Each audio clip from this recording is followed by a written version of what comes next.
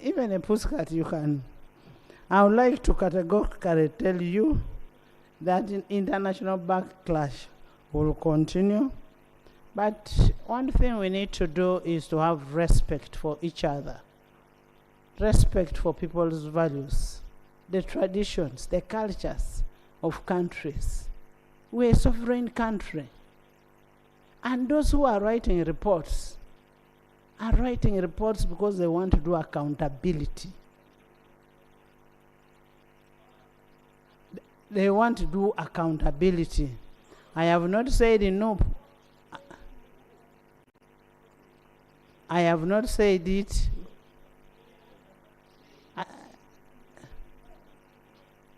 She did not. I will one day allow you people to start boxing.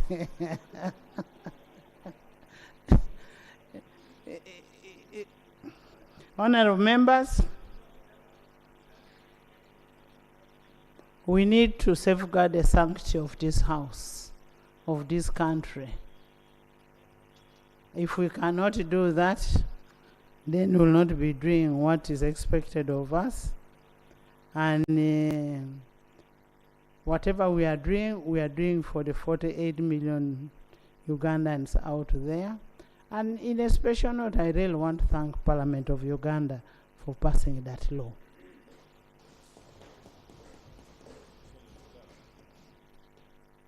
I want to thank the religious leaders. I want to thank judiciary for upholding the decision. I want to thank the president for assenting to that law. That shows you how much he values the family values. And I want to thank all the Ugandans. Honorable members, there is an outcry, much as we passed the law on fisheries. But the people have continued being mistreated around the waters. I got a team yesterday that somebody was killed in Ingo landing site. A fisherman. As government, maybe you need to come in and see the enforceability of the law that was passed by this house. Because the people who are being killed are our people. Those are the same people who will vote for us tomorrow. So we need we need a response to that effect. Because it is not only in one island that they are complaining, not only in one fishing area. You will find that Honorable Mulimba, he just can't talk because he's a minister. But he is suffering down there in his place. But we'll need a response from government to that effect. Today we are going to look at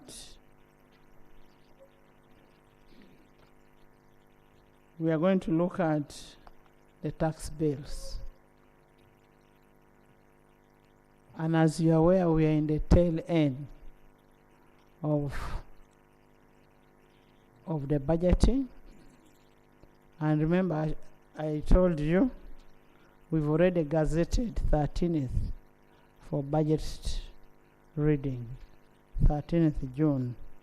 So we should be able to look at where we are getting the money from for us to be able to fund the budget that we are talking about. Let's look at where money is coming from, and then we will appropriate that money effectively. We will want to get a statement from the Minister of Foreign Affairs, the Chief Diplomat.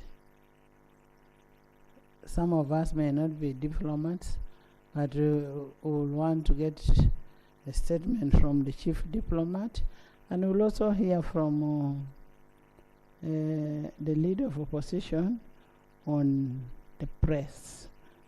I think he has a message for the press. Today being the press day. Yes. Yes, Honorable Call.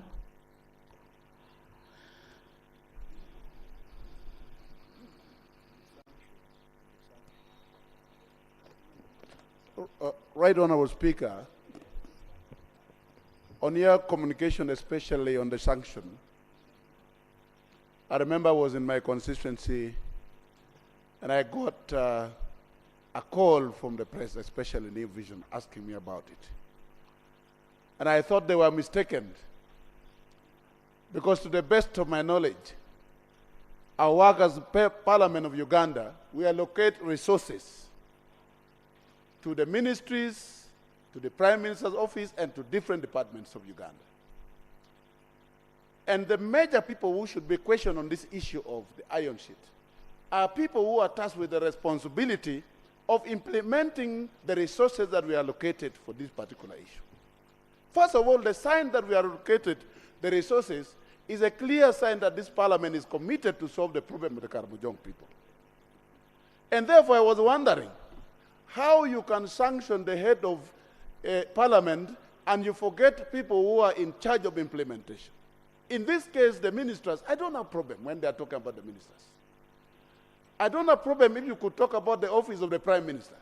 But how, of all things, you come to give sanction on the head of institution of Parliament, who are the people concerned, and this issue was raised in this Parliament. The issue about who is a beneficiary should be the implementing people, not us who are concerned in monitoring what was not done rightly, and that is how the issue was brought to the concern of this one. And therefore, I think it is the right time for our Minister of Foreign Affairs and for the head of state to make sure we get serious as a country so that our sovereignty should be protected as a country. Thank you very much. Thank you.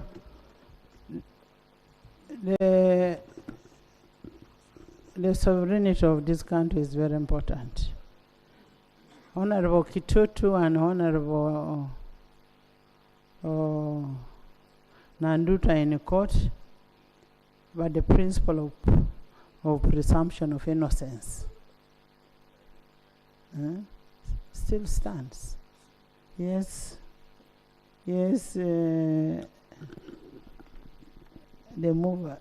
Yes, Right Honourable Speaker, I want to thank you. You did mention that the Minister for Foreign Affairs will be making a statement. I really think it's important because this is a matter that really touches on our diplomatic relations.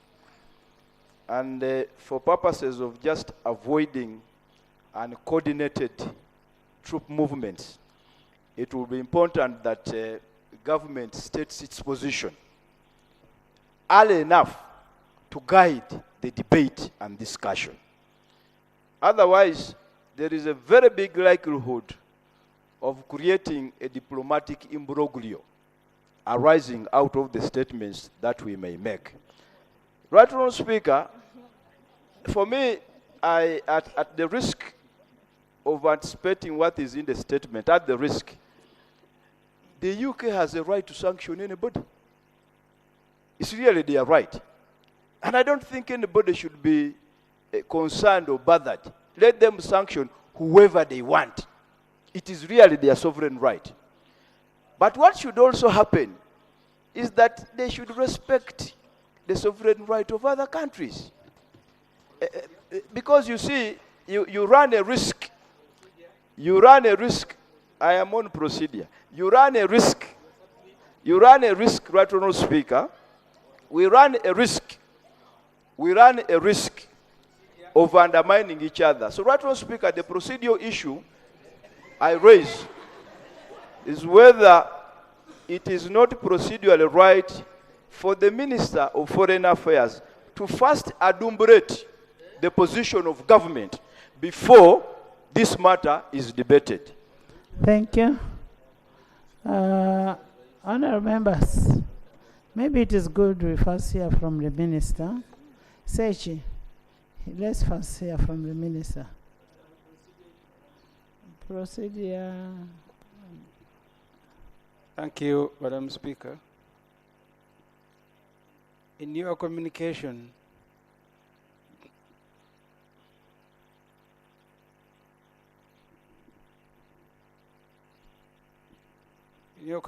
you said we have tax bills that are very important, as you enumerated. And you did say that for you don't care if they want to freeze, you don't even have a postcard, they can go ahead. If, Madam Speaker, that is your conclusion, is there, and this is the procedure issue, is there a need for government to issue a statement when one of the persons sanctioned has said she does not care? This matter is not serious. So is there a need for government to again issue a statement if you have closed the matter in that fashion? I may be sanctioned today, tomorrow it is going to be you. It is about your country, not an Anita. Me, I can go back and be in my village.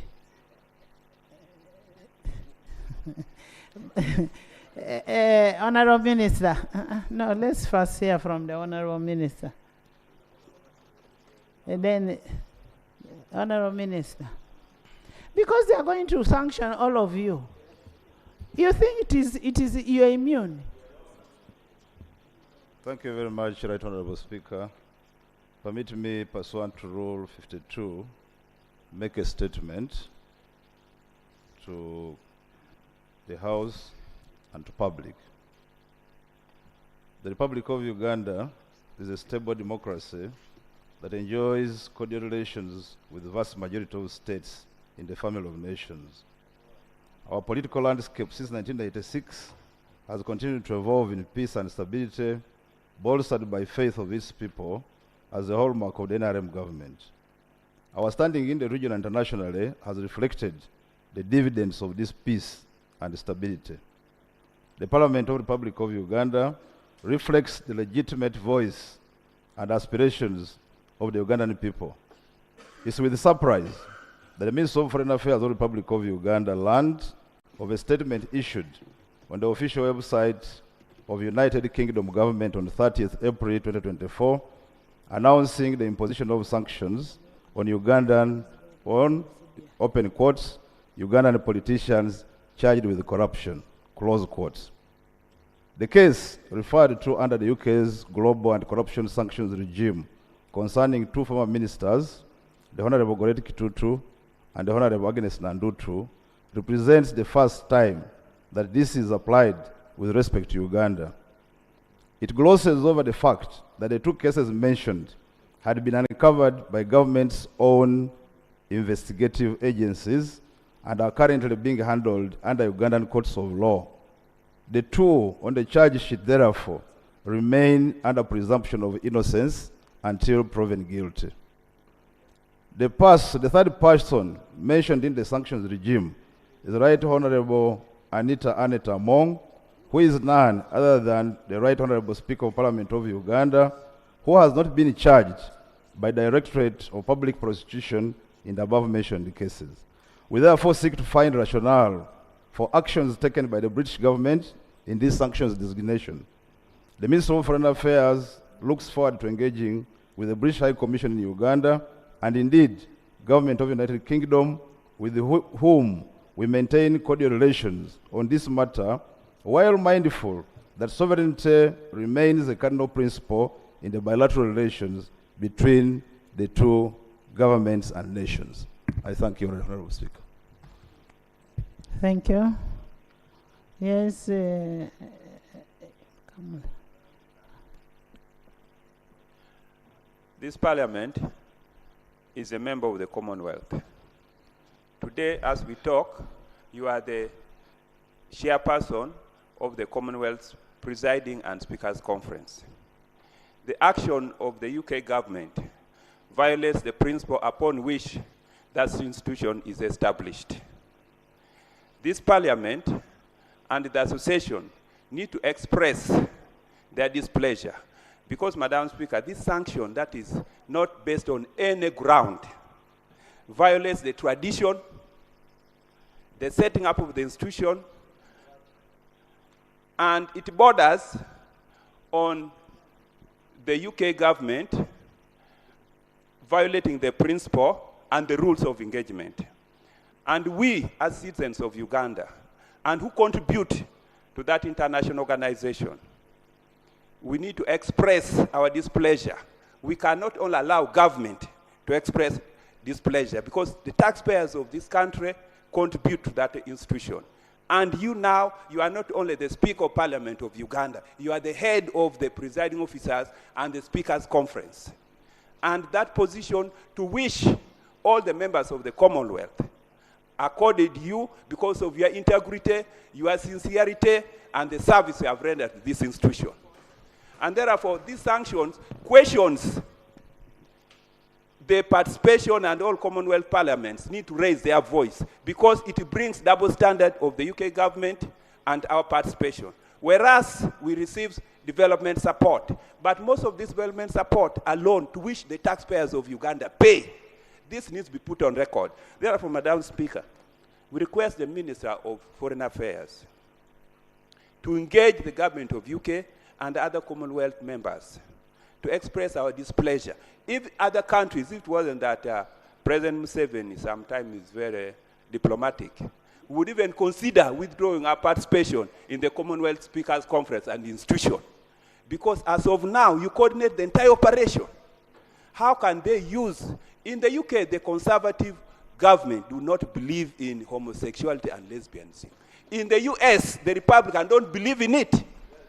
So this double standard must be rejected, and we need to communicate to the people of this country and to the world. I therefore propose that the Minister of Foreign Affairs, without wasting much time, need to engage at more high level and to express our displeasure as the Parliament of Uganda. I beg to.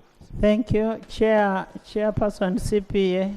Thank you, Madam Speaker. I just wanted to, actually at first when I was raising, I wanted to put to inform Honorable. No. Same with you. That Parliament of Uganda is a member of the Commonwealth Parliamentary Association, and Madam Speaker is the president of the branch. For that matter, it's very important. There's an order.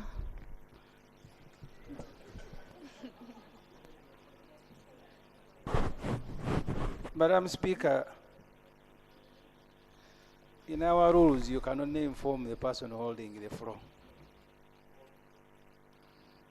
Is the member in order to descend on my seat where I am comfortably listening and begin informing me using Parliament? Honorable Member, he was just mentioning your name. I think he likes it because you're his MP. You're his MP, just likes your name. Honorable members, I am the chairperson of CPA, Commonwealth Parliamentary Association in Uganda. I am also the president, the speaker, the chairperson of the speakers and presiding officers of the Commonwealth Parliaments, which is comprised of 72 countries.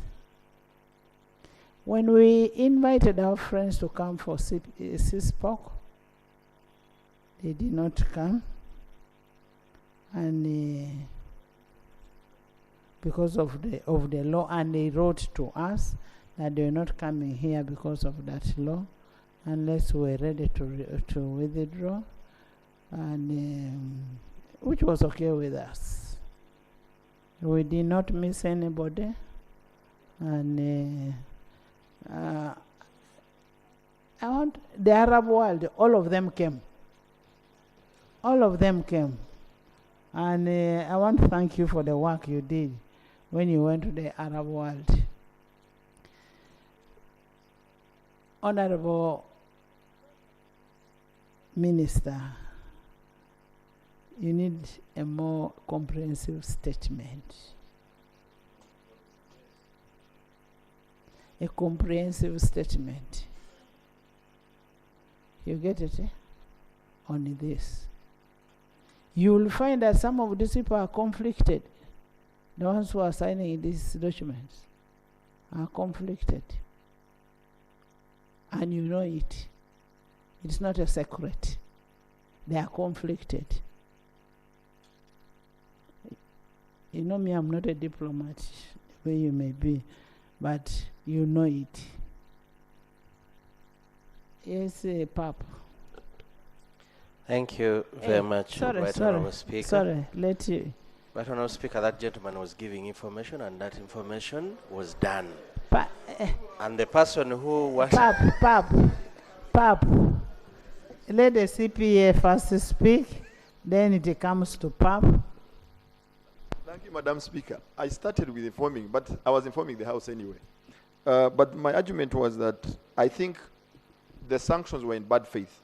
For starters, being that she's the president of the branch, she's the representative of this parliament in every CPA activities, at least related to the CPA Parliamentary Association. And CPA Parliamentary Association, we are signatories to the Commonwealth Charter.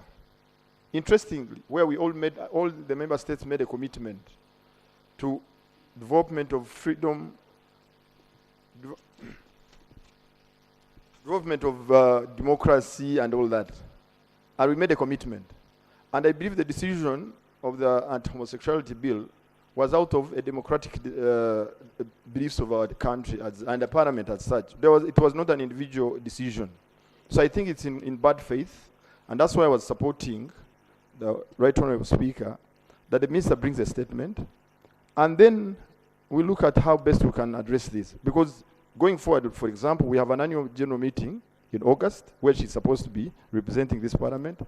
We have another engagement in November, CPA, CPC, in Sydney, where she's supposed to represent this parliament.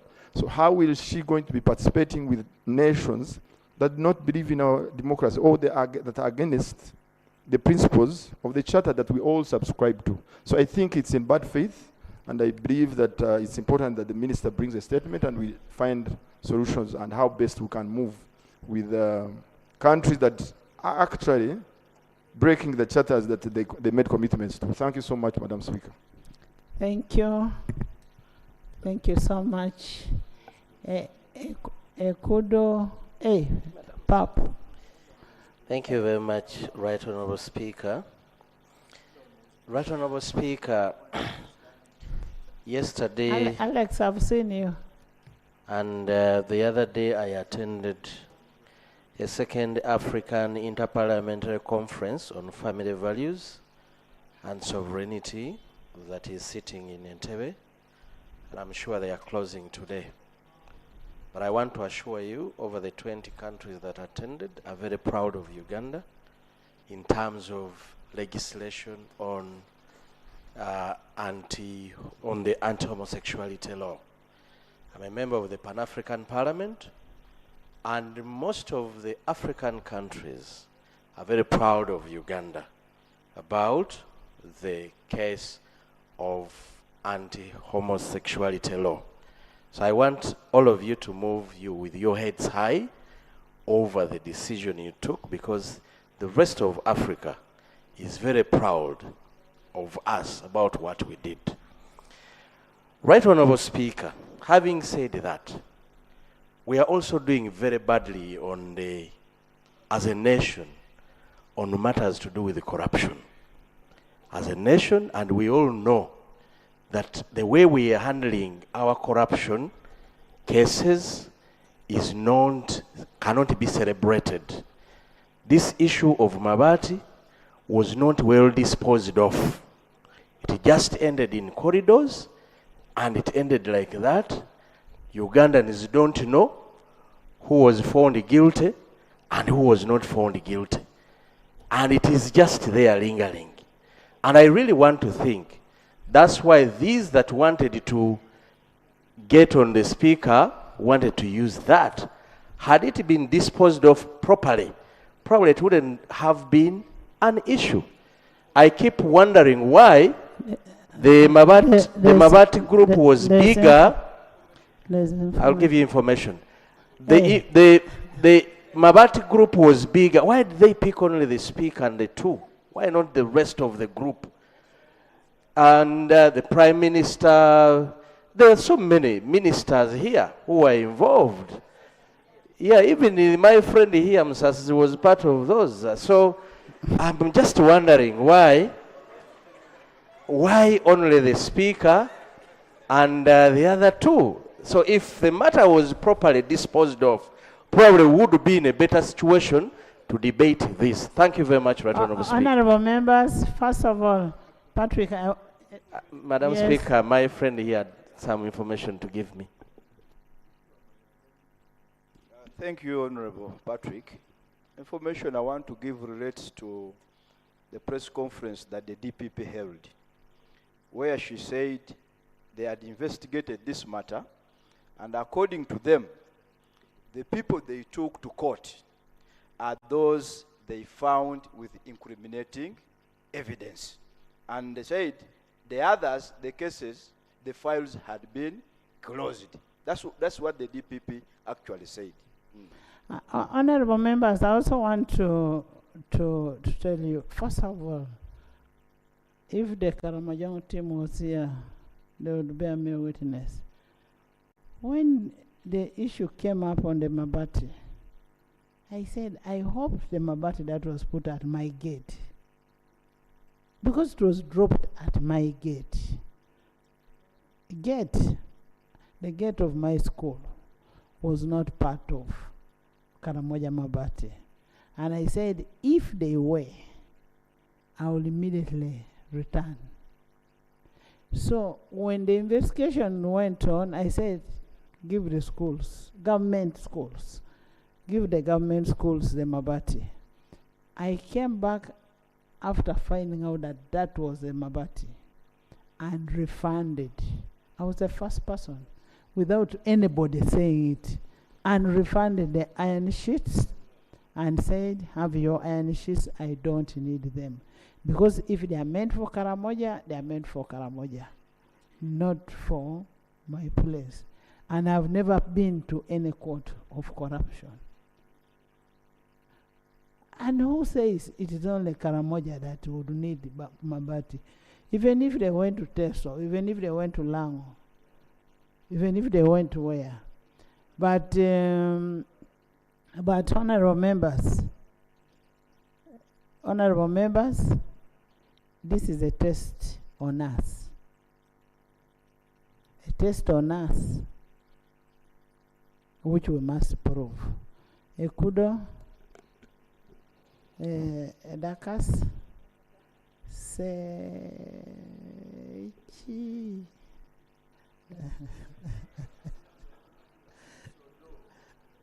Sodo. Thank you so much. By the way, Sechi is one of my good friends. Thank you so much, Madam Speaker. Being somebody who comes from Teso and a member of Parliament from Teso, and when you hear about the issues in the TV, talk about the speaker, I feel bad because I come from Teso. I come with her in Teso. And if something goes wrong, I think the objectives of the Constitution of the Republic of Uganda, 18, allows the Ministry of Foreign Affairs to handle this matter. But sincerely, the Minister of Foreign Affairs is just keeping it quiet. Today, he has made a statement today when the social media has already damaged somebody's name. No, this is not good. So for us as members of Parliament for Teso, we feel about it and we condemn those issues. In case somebody is wrong, why do you leave other people who were taken to court and you bring somebody who was not taken to court? Foreign Affairs, please wake up. Honorable Dakas. Madam Speaker, thank you for giving me an opportunity to just make a contribution on this issue, which I haven't spoken on for a long time. Honorable members, let's not attack the Minister of Foreign Affairs. What we need to do, but Honorable Minister of Foreign Affairs, Honorable Ekudo is right. When you heard this, you ought to have responded instantly. That is what we pay you for, to do the diplomacy. Before the undiplomatic people come, you should have done your diplomacy, and then you come to this house and tell us, this is what I have done. Now, you'll get an undiplomatic person who will say, maybe the person who signed this document is himself. Thank you, Madam Speaker. Madam Speaker, the point you just made is really an important point. Ever since we passed this law, for me, two things have not happened. One is that we really have not engaged the West diplomatically. I can tell you the majority of the world is on our side, even in the West, but we are not engaging properly. We are losing markets because of this issue. And those markets, we can redeem them if we were collaborating with our allies on that other part of the world. So it's important that the Minister of Foreign Affairs takes his job responsibly and engages the rest of the world. Secondly, even after we have passed the law, we continue to hear of children being abused in this manner, and yet you never hear of any arrest. So really, what's this law for? If we have a law, we should allow the law to begin to bite. In any case, we are already being beaten somehow. So I think it's important that we are acting with our two-edged sword. We should be engaging the West because we do have allies there. But also here at home, we should be seen to activate the law and not just keep the law shelved. Yes. Let me allow Madam.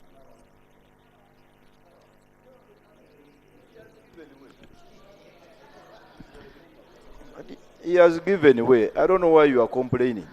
He has given away. The information I want to give is a point of law that I want to share. The Supreme Court has said when a law is being challenged before the Constitutional Court, you cannot charge a person under that law. So the reason why people are not being charged under the anti-homosexuality law is because it's still being challenged. So until it is disposed of at the highest level, it's when police and DPP can actually act. That's the information I wanted to give. Thank you for that information, and that's a good education for me. Madam Speaker, the other thing I wanted to make remarks on, based on your communication today, is on the issue of malaria. We know that malaria continues to be the largest killer of Ugandans. And I know that the Ministry of Health has made significant efforts towards prevention. I can speak for the testimony of Kabaremaido District, where we have had reduction because of distribution of nets. So as we go forward, I think it's important that government continues to employ every effort towards prevention. And the idea of planting neem trees is a highly welcome idea, and I congratulate government for that. Because we are beginning to see that the efforts that are put towards prevention could help us in reducing the impact of malaria on our communities. The other is the issue of diagnosis of malaria. We continue to see that the items used by the Ministry of Health fall short. Every month in our health facilities, you find that the rapid test kits are short. And that makes the situation worse for including those places that are hard to reach. So I think it would be important again that this House and indeed government pays attention to one disease that kills a majority of Ugandans. I thank you, Madam Speaker.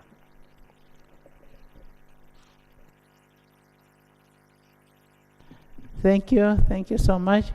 Honourable members, maybe just as information, as you do budgeting, as you go for budgeting, the executive of this country is very passionate. First of all, thank you for going to watch football the other day. And it is an agreed position from this budget that we are making, that the money for the stadia that are to be built is supposed to be in this budget without fail. Without fail. Say, Chi. Thank you very much, Right Honourable Speaker.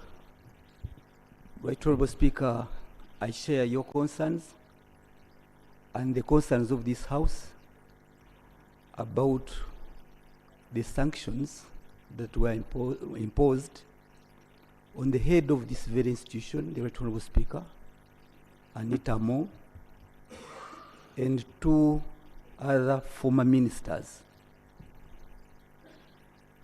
Honourable Chitutu and Honourable Agnes Nandutu. Right Honourable Speaker, I was in this House when we passed that anti-homosexuality law, and I can assure you, we as Parliament, we stand together on issues of morality of this country. There is no doubt about that.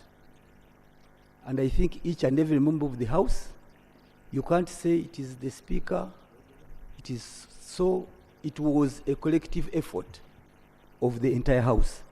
So if there is such an indictment, it's an indictment on the rest of, on all of us. That is important. And to that extent, I want us to stand firm. We shall get to know where it ends.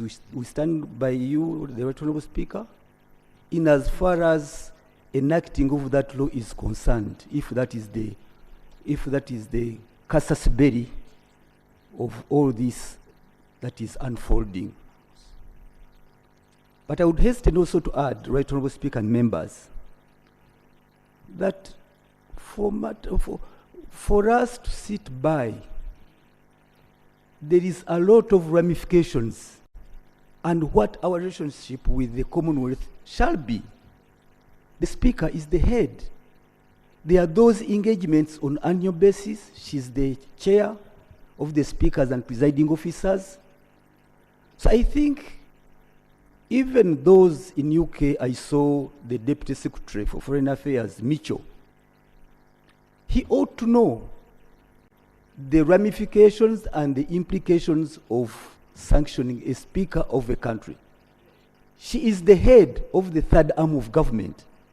So there must be foreign affairs and government. You must tell us, how do we as a country proceed from here?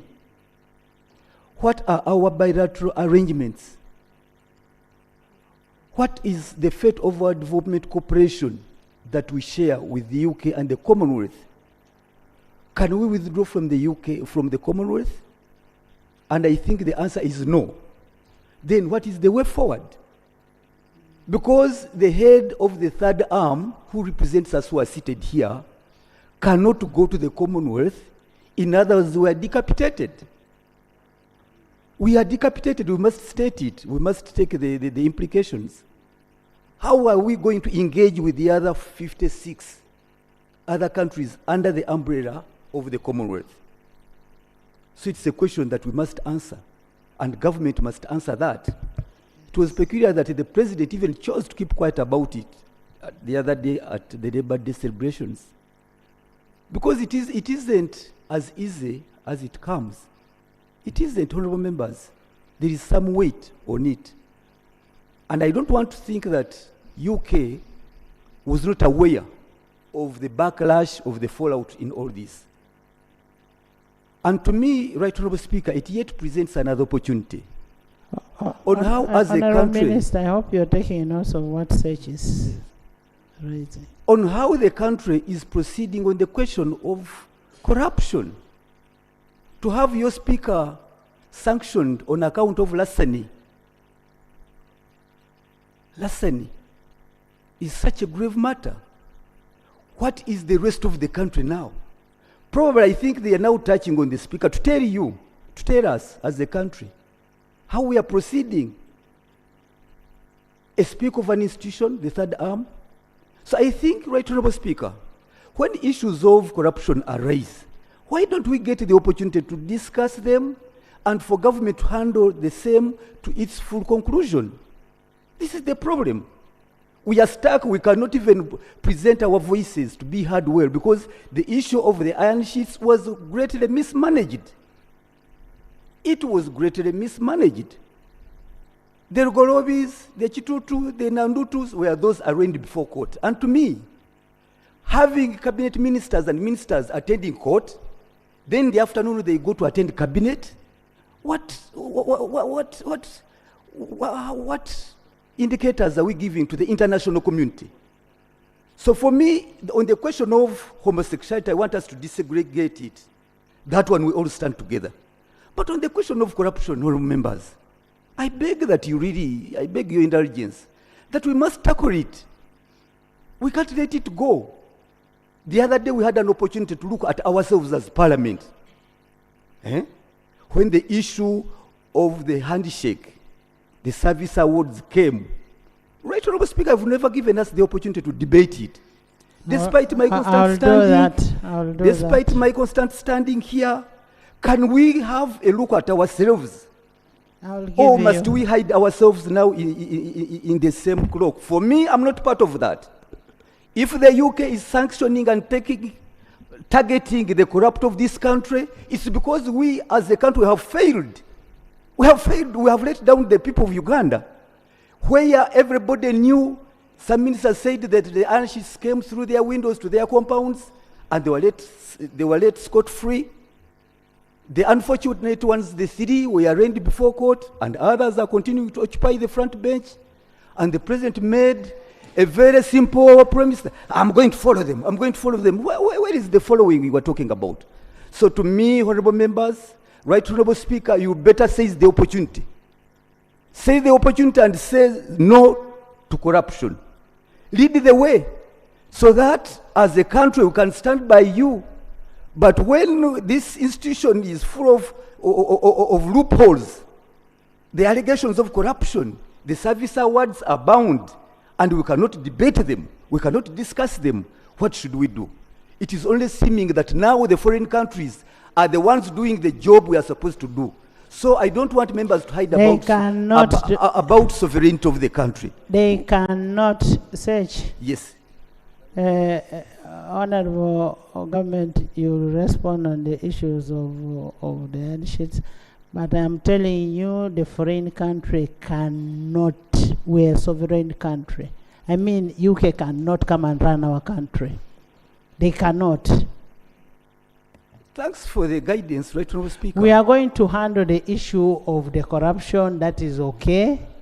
Perceived corruption.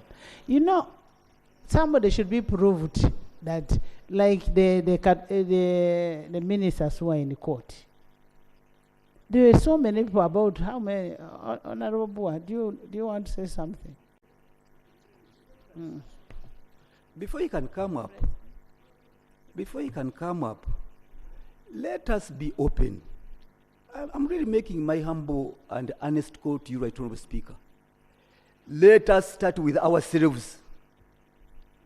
We cannot continue hiding. We are condemning other foreign countries when we have let down this country. The other day they said you are corrupt to pass the RAPEX bills. Were you corrupt? Were you bribed? Who was bribed in this house? Right Honourable Speaker, I'm not asking you, Sechi. Yes. I'm asking members, who was bribed in this house? Right Honourable Speaker. You see, you know, Sechi, people will say whatever they will want to say, but what matters is, have you proved what it is? Have you proved? You say information, my brother. You know, colleagues, it is very important that we look at international relations and international law. Whereas we relate and need each other, at the end of the day, every country protects its interest. And the information I want to give you, on the ICC, for example, the US citizens, the UK citizens can commit crime, but have not assented to the ICC. They try their citizens in their local countries, in their local legal systems. So we need to ensure that we build our systems, support it, and never surrender other international systems that do not meet our interest to take charge. To me, that's really the position. The US government, an American can commit crime here that warrants ICC. A UK citizen can commit a crime, but they will be tried in the US, and the judicial procedure will be implemented according to the laws of US and UK. The same we should do according to our legal system. If it is weak, we should build it and strengthen it. That's the information I want to give you. I thank you, Honorable Elijah. You also have only something. A small one. Only a small one. Honorable Geoffrey Ekanya. There's a procedure matter. A small one, as I Thank you, the Right Honourable Speaker. I rise on the matter of procedure on our rules of procedure 73. Issues about iron seats. Members of Parliament were willing to debate it. But when the matter went to court, we were divided. It is not that maybe MPs wanted not to discuss this matter about the loss or any misappropriation of the iron seats. I find it for us to engage again so much on the issues about the iron seats of Karamoja, and yet the matter is still even in court, not yet concluded. It is like we are in sub judice. We are breaking our own rules. But again, even for somebody to write an indictment on one of us in this parliament in regards to iron seats, it is as if that person is not following our rules and the laws. Parliament of this country, which you are the chair, we have the rules. We move with our constitution. Article 79 prescribes very clearly our parliament is constituted. We have been mandated to make laws in this country. And it's affects somebody understanding to say that if this country, Ugandans, members of parliament, have made a law, with that law, they feel it's right for them to govern themselves. And somebody should be referred to. We move according to what our constitutions we have agreed upon. Madam Speaker, the procedural matter I am raising, the procedural matter I'm raising, it is found in those two grounds, Article 79, and then our rules 73. We have been moving. Is it really procedural enough for somebody to come here and start dragging us on the debate of iron seats? And yet we are patiently waiting for that time to be put off, and we debate it out. We are aware of our code of conducts in this house, the integrity. We are aware about it, the corruptions, whatever thing. We are not even pleased about it. Is it right for us to go back in that debate or move forward? I thank you. Lob.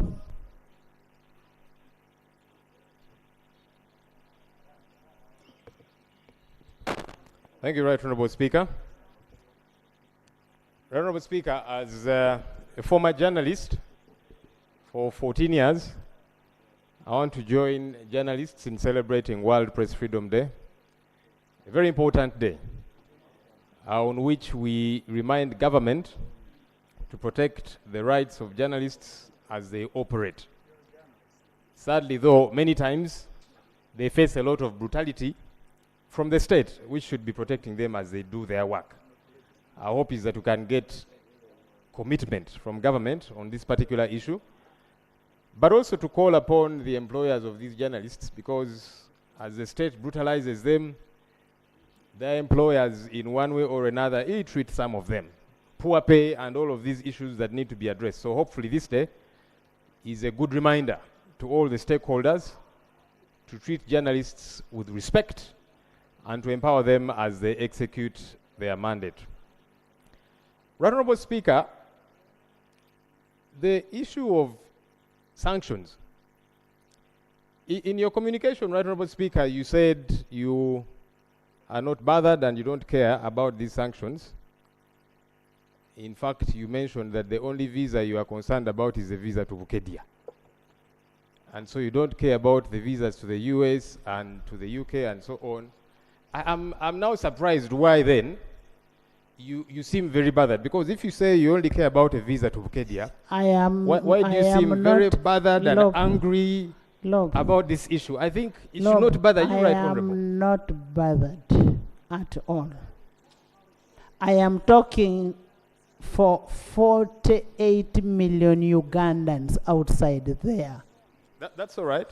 And I am representing, I'm sitting on this seat for the 48 million Ugandans there. And secondly, I don't get handouts from those countries. There is an order. I don't know why someone wants to put the speaker on order. Right Honourable Speaker, no one has said you get handouts from these countries. Order. We are talking about... Order, Madam Speaker. Order. Right Honourable Speaker, we are talking about the sanctions, which indicated corruption, Mabati theft, and all of these different things. That which you're saying is a different matter. I don't know if somebody is accusing you of getting handouts from these countries. That has not come up, and that's not the issue. For me, my concern is, if you're saying you're only bothered about a visa to Bukedia, then you shouldn't be consumed by this issue, Right Honourable Speaker. You shouldn't be, because you also seem to be rallying us to join you in being angry over this matter. Because your concern is Bukedia, Right Honourable Speaker. Leader of opposition. But finally, Right Honourable Speaker, I want to implore government. Switch on. Thank you. I want to implore government, Right Honourable Speaker. Government, do not wait for foreign countries to sanction individuals, whether it be involved in Mabati theft, in corruption, and so on. Take action. Why do you wait for that? And then you begin to complain. When you're going to beg for aid, you don't complain.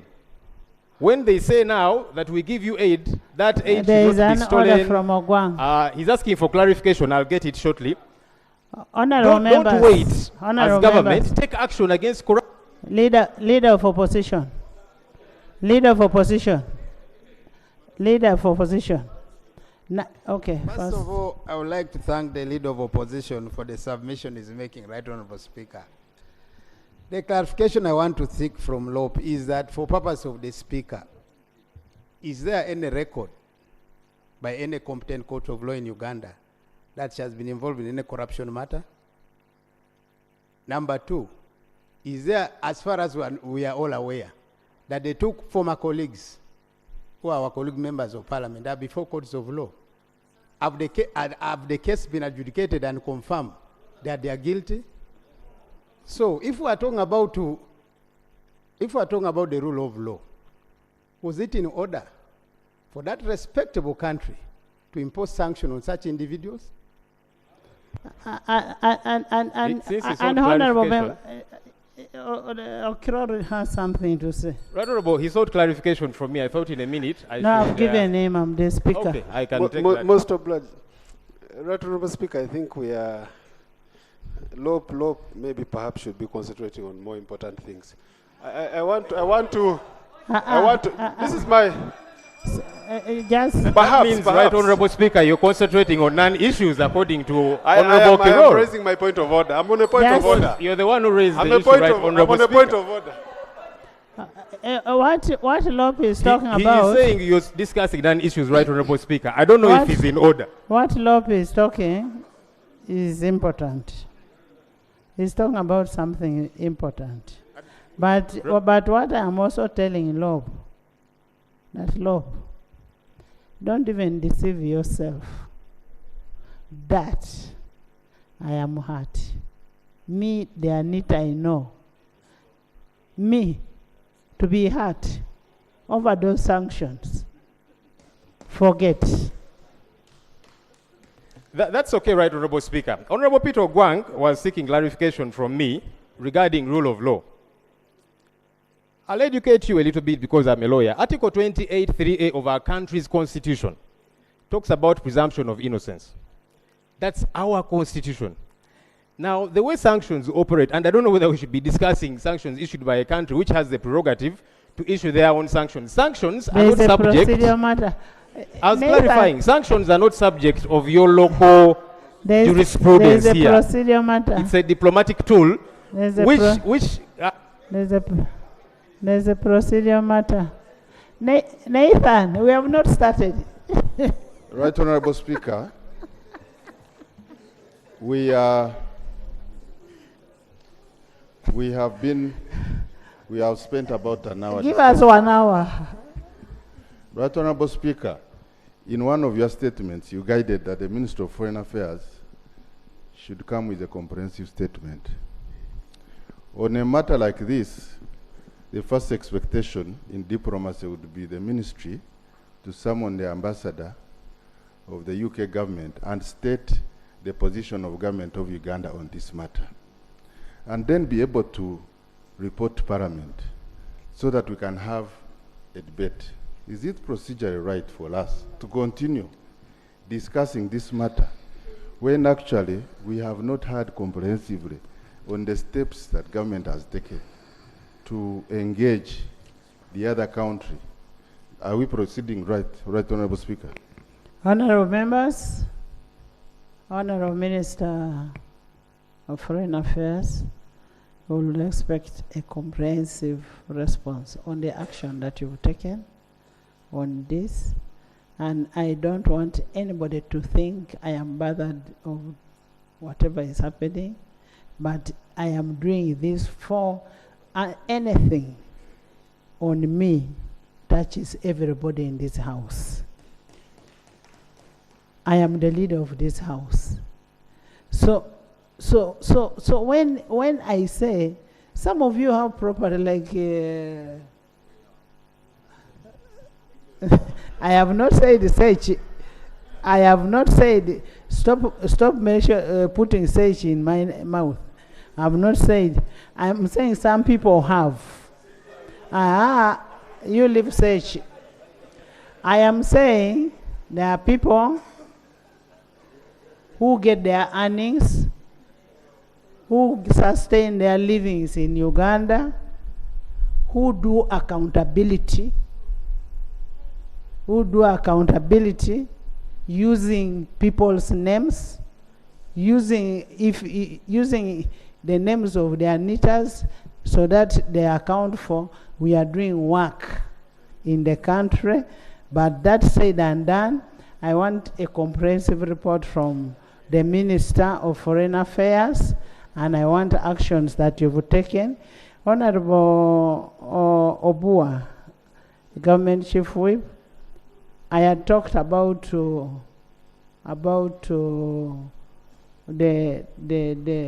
fisheries. About the fisheries. No, I have already ruled. Check the rules. I've already ruled. No, I have already ruled. Honorable, can I hear about the fisheries? Somebody who was killed, people who are being killed in the fisheries areas. Somebody was killed in Ingo, another one was killed. Fortunate, you have something. You have to say something on fisheries. Joan, let him first give us a government. Except, Right Honourable Speaker, you had indicated that we are going to discuss about the awards, the service awards, and you said yes, we are going to discuss it. We'll do it. And we'll I had probably can we use this opportunity to know so that we prepare ourselves over the same? Yes, because in a way it shows that we are now committed fighting corruption. There's a procedure matter here. Yes, because in your chair you had guided that you are going to give a day, you are here, we are. Sechi. Yes, right, Honourable Speaker. Sechi, even when you know you have all the favors from me as a friend to speak anytime, when the government chief whip is standing to handle something that is concerning so many people, give him space. I know you have that favor from a friend. That is a problem. Yes, the issue of fisheries. Right, Honourable Speaker, on a lighter note, Honourable Sechi knows that the government chief whip is a German-trained commando. So next time, please. Right, Honourable Speaker, on a lighter note, that was on a lighter note. Right, Honourable Speaker. And when you touch the government chief whip, Oduro will act on this side, Okwiri will bring... I don't want to inform him of the other soldiers. So, Right Honourable Speaker, I have equally seen... Nathan, we have not started on the taxes. We are talking about you don't have a leg. No, chairman of BCU. Taxes. Right Honourable Speaker, I have equally seen on social media, including in Amolata district, where one resident was reportedly shot dead by a member of the Fisheries Protection Unit, among others. May I request, Right Honourable Speaker, that you give the Minister in charge of Fisheries an opportunity to come and present a comprehensive statement covering all the fishing communities and what is transpiring within the country generally, also with specific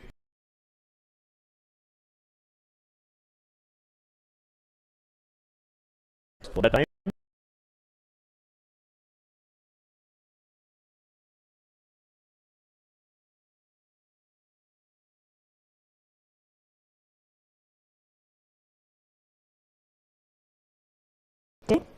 Right Honourable Speaker and members, the military in the lakes, the military on the lakes are no longer want people to fish and trade silver fish. Right Honourable Speaker, in March this year, in Lamb landing site in Masaka district, military police confiscated fishing gears and silver fish from fishing community. Right Honourable Speaker, I'm requesting the Minister in charge of Fisheries to address this House on this ban and also inform us the plans government has for the people affected because of these bans. Thank you, Right Honourable Speaker. Thank you. Honourable Minister, Government Chief Whip, I can see you trying to practice. Government Chief Whip, you're hearing so many people have issues. Still massacre. Right Honourable Speaker, not only in Masaka, the entire nation is suffering from these issues of fisheries and the ministry and the military. I've had colleagues from Toroko. There are serious issues there. We passed the law, we enacted the law here that removes the military from the waters in terms of protecting the fishery. We want to hear from the Minister, Madam Honorable, Right Honorable Speaker. Has this law come to effect? Because we continue to see the military everywhere, and it has affected our people, their livelihood. They have been banned from the lakes. Their fishing gear has been banned. We are losing lives. Right Honorable Speaker, it is important information. Thank you, Right Honorable Speaker. The information I want to give to my colleague is that it is not only massacre, but if you went even where the Minister of Fisheries has come from, it is still affected. Serere. Thank you. And this one I was talking about was in Buyende. Yes. Honorable members, let's get a statement from the Minister as guided by the government chief whip. We want the report in the next sitting, because the people who are being killed deserve to live, because they can take away the fish and leave the person. Yes. Right Honorable Speaker. Thank you very much, Right Honorable Speaker. Could I, Right Honorable Speaker, humbly request through your chair that there could be members with issues that are very specific. Right Honorable Speaker, you gave me to speak, and the Honorable members, can we have all the people whose areas are affected bring the complaints in writing? All. And then we'll handle one by one and case by case. So let's have that and let it be filed in a government chief's whip's office and give me a copy. Madam Speaker, you had given me opportunity to, on a procedural matter. Right Honorable, you communicated, you yourself, that we may break off. You also communicated that it's a matter of death. We have a full day. These ministers are there in this country. Can't we create time? Because this is a matter of death, Right Honorable Speaker. Within today, that minister comes, gives us either a notice about this is a matter of death, Right Honorable Speaker. The minister can come, and there are several ministers within the ministry who can at least instruct UPDF or the military that is said to stop at least in the immediate term so that Ugandans are saved on the lakes. Thank you, Right Honorable. Thank you, government. Right Honorable Speaker, I want to thank you because what you guided on is what I wanted to bring to the House. I have requested for time, honorable colleagues, because these incidences are not isolated to only one area. And the fact that we are raising from different areas, that implies the minister also needs time to interrogate such that she can be able to respond to specific incidences in specific areas. So in the interest of that, or having that in mind, I would still think that, Right Honorable Speaker, the way you have guided the honorable colleagues with specific incidences in their respective areas would report, such that the minister can investigate, respond to them, but also generally respond to issues surrounding the law that was passed by this parliament. Thank you. Honorable members, let's get a report. So, let's get a report. Okay. Thank you very much, Right Honorable Speaker. Right Honorable Speaker, those with the big water bodies are talking about silverfish. But even us with the small swamps in our districts, those swamps have been a livelihood for us. And I see when people go planting rice, the rice is cut down. So what about other areas where the Chinese and so-called investors have gone to plant rice, even in the wetlands? Because for us now, that rice keeps the fish, and we keep picking those small pieces of fish in the water, but we also want the rice. We want to know, what are we going to do, some of us who are surrounded by swamps? Now, I used to know that there was no border, smuggling border in our area in Amuria. The way Susan has smuggled in the no, that is on the what? On the wetlands. That one, yes.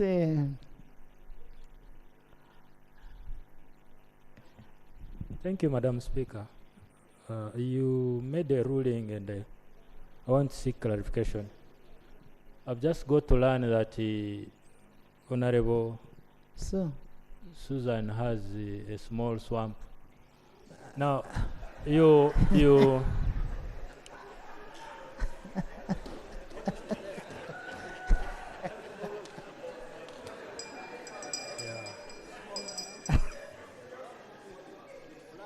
anyway, she made reference to those with big water bodies, and then Right Honourable Speaker,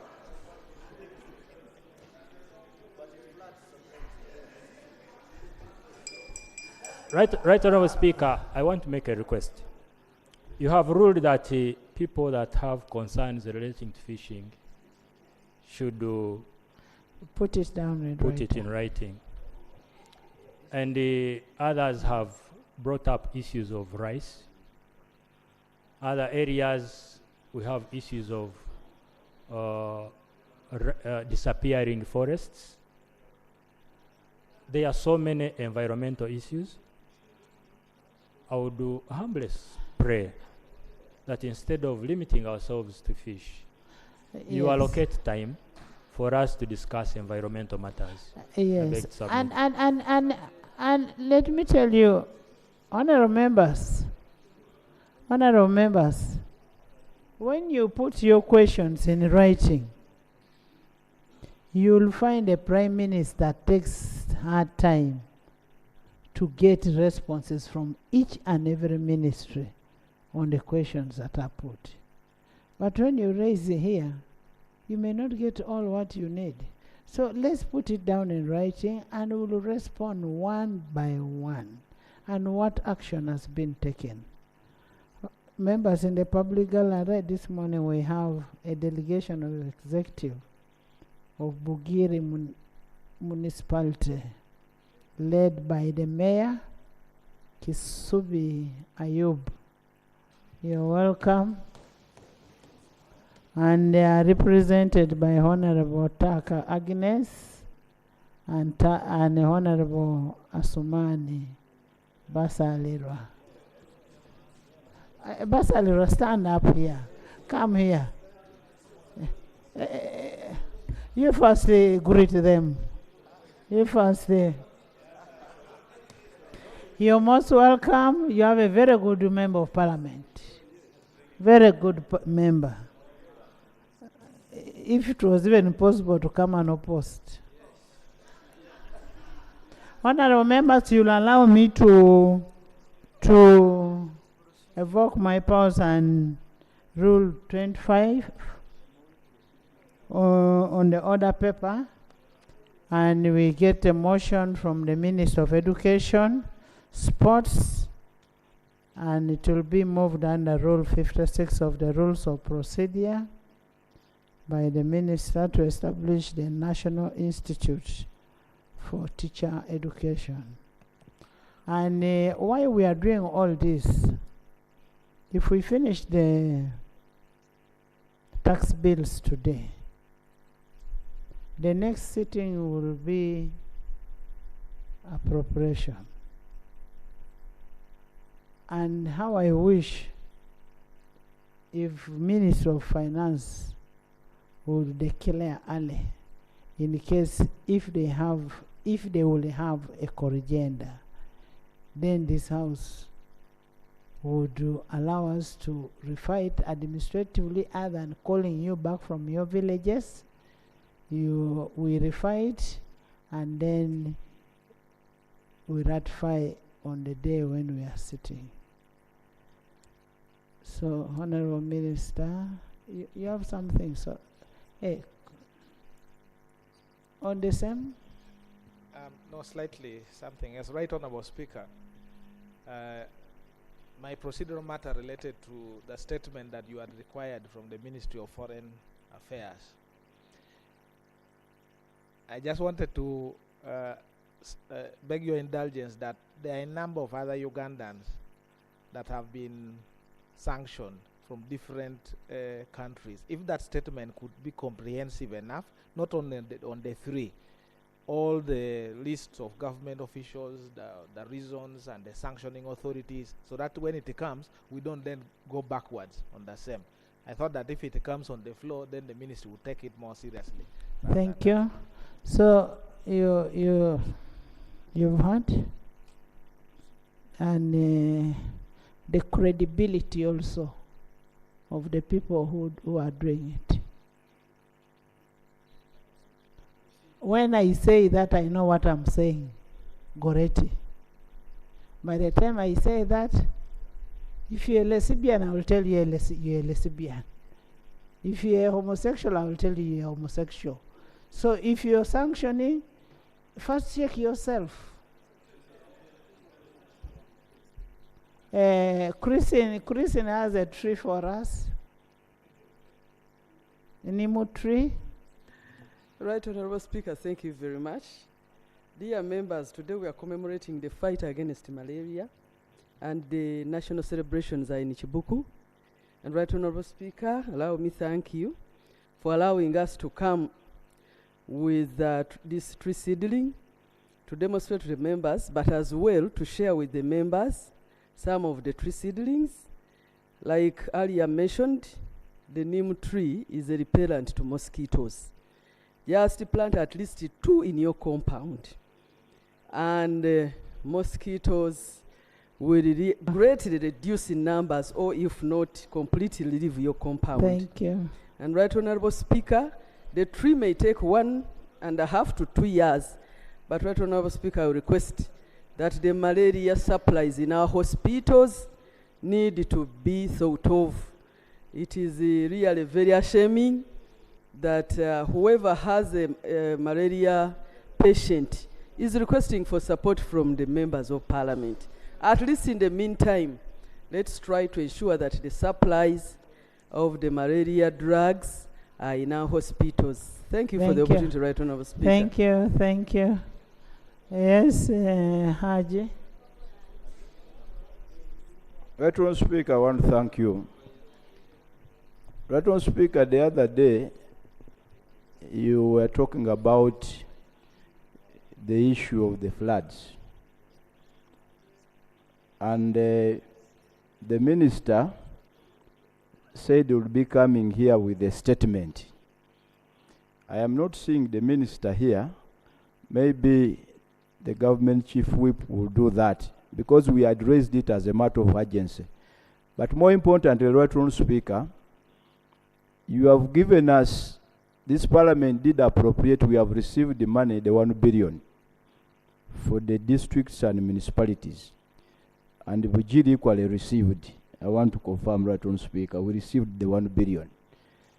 But now, there is information from the ministry that that money is specifically for Maram roads and has nothing to do with tarmac. Yes, and so some municipalities were prepared to use that money actually to do tarmacking. 1 billion, yes. And so, Right Honorable Speaker, we wanted to get clarification from government on specifically the modus operandi in as far as that 1 billion is concerned, especially where a road committee sits and takes a decision, Right Honourable Speaker. Government.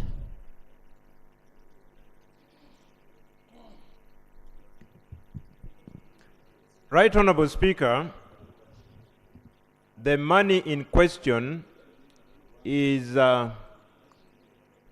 called the Road Maintenance Fund. We changed the name from road rehabilitation to road maintenance. I want to believe because the money is going to districts, cities, and municipalities. Maintenance, in my humble opinion, is not only limited to Maram. That is my literal interpretation. So the roads committees of the different districts, cities, and municipalities will take a decision, but the fund is road maintenance fund. As long as you are maintaining any road within your district, city, or municipality. That is my literal interpretation. And if you're in the municipality or city where you get a pothole, you have to maintain it. And that is the money, and that is the Honorable Nsereko's area. Thank you very much, Right Honourable Speaker. And that is where I want to rally honourable colleagues. The good thing that the issue of infrastructure is so bipartisan and cross-cutting.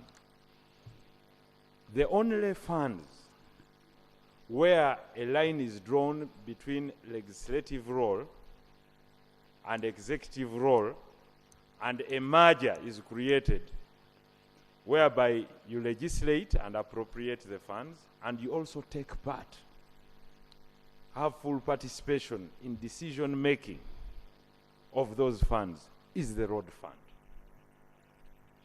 Therefore, Right Honourable Speaker, the strengthening of that fund is one of the cardinal duties we have to do here if we are to see a revolution in our infrastructure, both here and in our constituencies. Because at least we take part in effecting these decisions, because we constitute part of the district and municipality road funds, even the constituencies. Therefore, honourable colleagues, as we draw closer towards the appropriation, and as we draw closer towards the tax bills, I would request that we exchange ideas in enhancing the money that should be ring-fenced directly towards the road fund. I know our colleagues from the government have another argument because they want to pull all the money in one basket. And that is why you see that people do not realize their taxes appropriately, because they say, when we are paying this at the fuel station, we are told there is a levy that is charged from us. But on return, we do not actually see it reflective. And I would like to thank the Right Honourable Speaker that until she put her foot down on this House is when that 1 billion was released. Otherwise, people are sick and tired of carrying the burden of paying taxes and pulling it into one basket without it not being reflected in the form of returns on what they invest in this government. Therefore, I would like us to carry on a serious debate between ourselves and the Honourable Minister, who still thinks that people should pay their taxes and be pulled into a single basket without being reflected in form of infrastructure. We want that debate whether the people from your constituency and in this country believe that they should pay for a fuel levy and not see it in return in their constituency. So you are preempting the fuel debate. I would very much be comfortable with that. Okay. Honorable members, that money is for road maintenance, and if you are living in a city like born cities like Asumani, they should use their money to maintain their tarmac. Let them use the money on their tarmac. For us, village constituencies, we shall use it on our maram, and that is that. The money is yours. There's no discussion for that. The road fund committee is there. Next item. Motion for resolution of Parliament. Procedure from Honorable Atkins. Thank you very much, Madam Speaker. My procedural issue goes to the Government Chief Whip. First of all, I want to thank the Chief Whip for being responsive to members' demands. Madam Speaker, my pigeonhole is literally full of the Chief Whip's communication and response to what I put or submit in this very Parliament. Madam Speaker, my only challenge is that despite his multiple responses to my submissions, no action has been taken by the relevant ministries.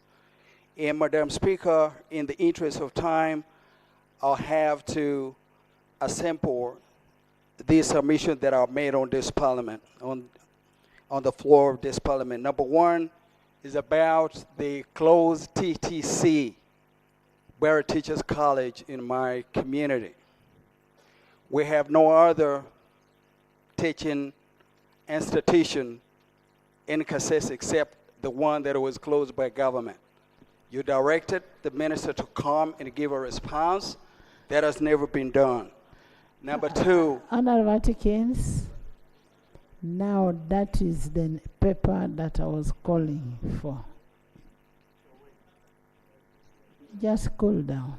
Now, Madam Speaker, thank you very much. That is the document coming next. I appreciate it, Madam Speaker. Now, can I have just this cocktail put together before the Chief Whip for his ease of follow-up? Another thing is clean, safe drinking water. Madam Speaker, your in-laws from Kasese continue to draw drinking water from dirty sources. Another one is the closed border. Mr. Chief Whip, all borders in Uganda are open except the Kasese border. The Kasese airport, the public university that was promised by the president to the people of Kasese. Another one, honorable. the mortality rates. Another one, Madam Speaker, very finally, Madam Speaker, very finally, this Parliament, excuse me. Honorable Atkins, we have got your issues. This last one, Madam Speaker, with the due respect. Honorable Atkins, we've got your issues. Where you feel some of them need to be addressed, you can write to me and I write to the ministry on how we can address them. Honorable Guang. Thank you very much, Madam Speaker. I'll put them, all of them together and submit them. Motion for resolution of Parliament to establish the Uganda National Institute for Teacher Education. Madam Speaker, I beg to move a motion for a resolution of Parliament to establish the Uganda National Institute for Teachers Education under the University and other tertiary institutions Act 2001. Relax. Thank you. Thank you, Right Honourable Speaker. I hope you're not picking something from PAP. Right Honourable Speaker, I'm not raising on a procedure for PAP interest, but I'm raising on a point of procedure for the Republic of Uganda interest. Right Honourable Speaker, we're experiencing a coffee boom currently. I am a coffee farmer and prices have skyrocketed. How did that come in? Madam Speaker, I'm raising on a procedural matter. No. Madam Speaker, I'm raising on a procedural matter. Okay. Thank you very much. Right Honourable Speaker, the procedural matter I'm raising, you have consistently reminded the ministry to pay the coffee nursery operators in this country, but they have not been paid up to now. The government, at the time when, currently because of the coffee boom, the farmers are running to get coffee. They have nowhere to get it from because there are no operating nurseries in this country. Right Honorable Speaker, having noticed, we don't know when the boom is going to end, but every other day, the prices are going up. The nursery operators, the business is down. I wanted to know whether government is taking interest in what is going on to find a way to pay the nursery operators so that they can run it back to business and see whether... Information. Please. Honorable you so Vice much. Chair, you don't switch on before you're allowed to speak, but at the same time, we are on tax laws today. That's why you need to support government to get money for that for those people to be paid, and you must make sure that it is in the budget. Government, we need these people paid. Remember what we said? We have so many traders outside there who do not have money to continue doing business because government is holding on their money. So you must take that as a serious matter. Go on the microphone and commit. We had that discussion yesterday.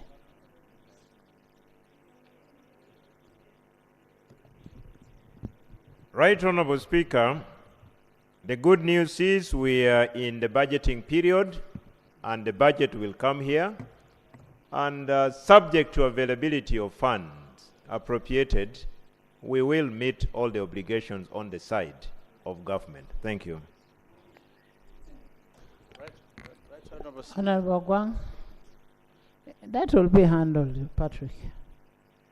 Thank you very much, Right Honorable Speaker. Right Honorable Speaker and colleagues, I beg to move a motion for a resolution of Parliament to establish the Uganda National Institute for Higher Education under the Universities and Other Tertiary Institutions Act 2001.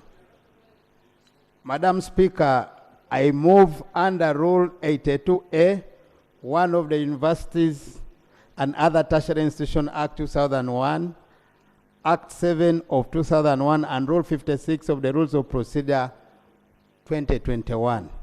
Whereas Section 82(1) of the Universities and Other Tertiary Institutions Act 2001 empowers the Minister responsible for education by statutory instrument on the recommendation of the National Council for Higher Education and by resolution of Parliament to establish an other degree awarding institution as a public institution.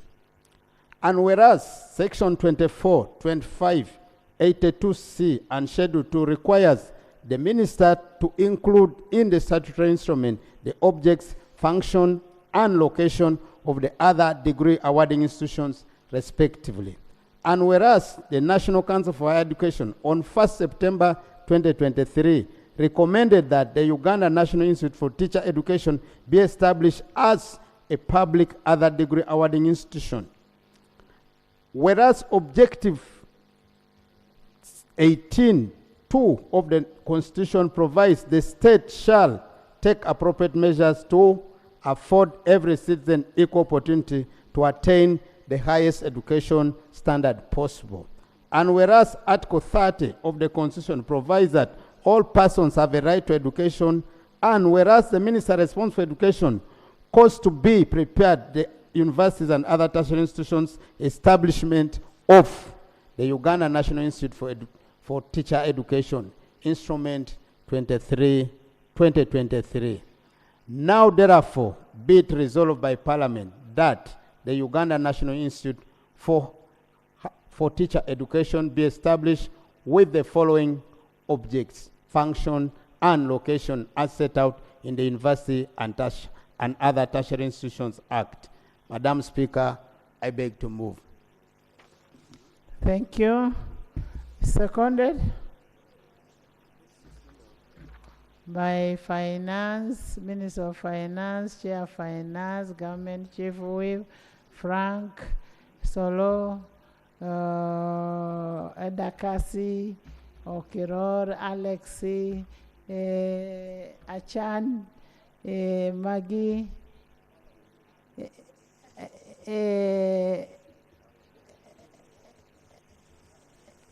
Olanya, Ricky, Okwir, Katenya, Alayo, Olympian, Obua, not Olympian, he's called Obua.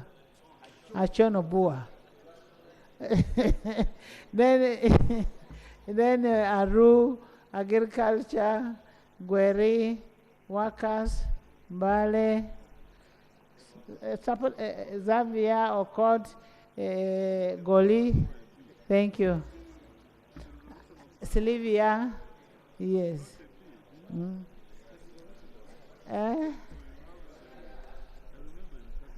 Yes, speak to it. Procedure.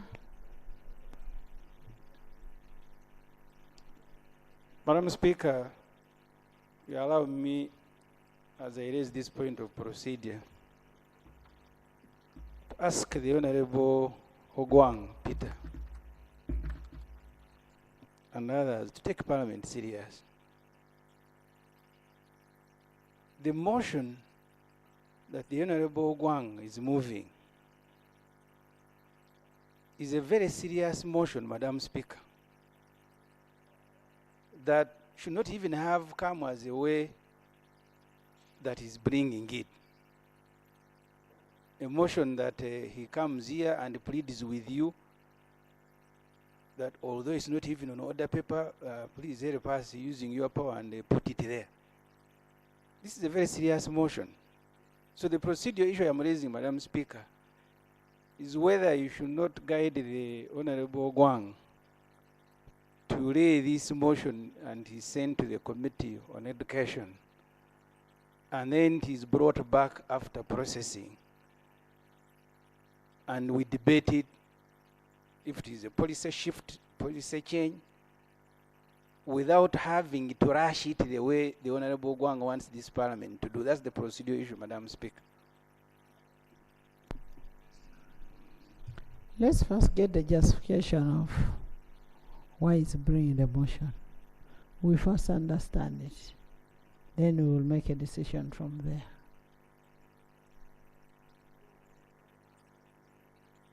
Thank you very much, Madam Speaker. Madam Speaker, in line with them, first of all, I would like to thank members for the support you've accorded to this very important motion. Number two, I want to address myself to the objects of the motion. The objects of the motion is to provide a niche-based pre-service and in-service teacher education programs for all levels of education. Second thing is, Madam Speaker, is to provide education training and development program for career development of our teachers in their pathway.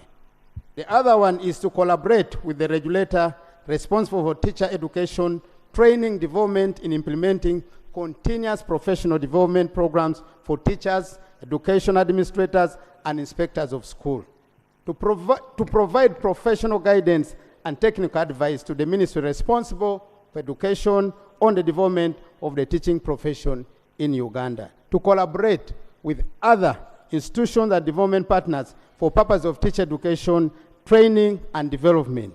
And to promote research, innovation, transformative education through vocationalization of teaching and community engagement in the educational practice. Madam Speaker, these are the main objectives as to why I have come here to seek for your indulgence as Parliament to allow us move this motion. I thank you so much, Right Honourable Speaker. Yes, procedure matter. Yeah, thank you, Madam Speaker. I think considering what the Minister just presented, this is a very, very serious motion. And you know, in the sector of education, which we have had a lot of changes of recent, we don't need to take it very lightly the way he has been presenting. So I want to concur with my colleague that this motion be referred to the Education Committee for serious examination and consultation. so that when it's brought here, we are able to discuss. We are discussing something about education of the country, which is not a simple matter.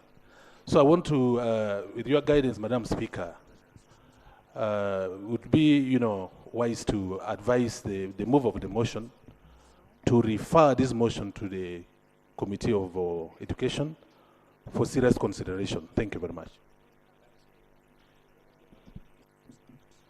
I want to refer you to the Universities and Other Tertiary Institutions Act, Section 82A. 82A1. Establishment of other degree awarding institutions. The Minister may, by a statutory instrument, on the recommendation of the National Council and by resolution of Parliament, establish any other degree awarding institution as a public tertiary institution. The National Council shall, within 30 days of the publication of the statutory instrument in the Gazette, register other degree awarding institutions established under this subsection 1. So Honorable Guang is moving under that, under section 82A1, where there should be a statutory instrument which is attached. The statutory instrument is attached and it was gazetted. Odul? Madam Speaker, you're asking Odul, who is not interested. No. See, Yes. my procedure and the request, and I have no problem with the proposals. I am only asking you, Madam Speaker, as the head of this institution, to have this matter processed in the way we've processed other matters, because he is asking us to make a resolution. First, usually matters like this, they will write to you, and that particular motion is on the order paper. This one has come as a way of amendment. We need to internalize and reflect on what he's proposing. I don't want to liquidate tomorrow. I don't know why the minister behaves as if there is something that is chasing him. So can this matter, Madam Speaker, and I seek for your indulgence, be referred to the committee? It is processed and brought back. The roof will not come down. Madam Speaker, maybe let me beg the indulgence of colleagues. First of all, I want to implore you, honorable colleagues, that this motion is time-bound because Madam Speaker, can I be protected?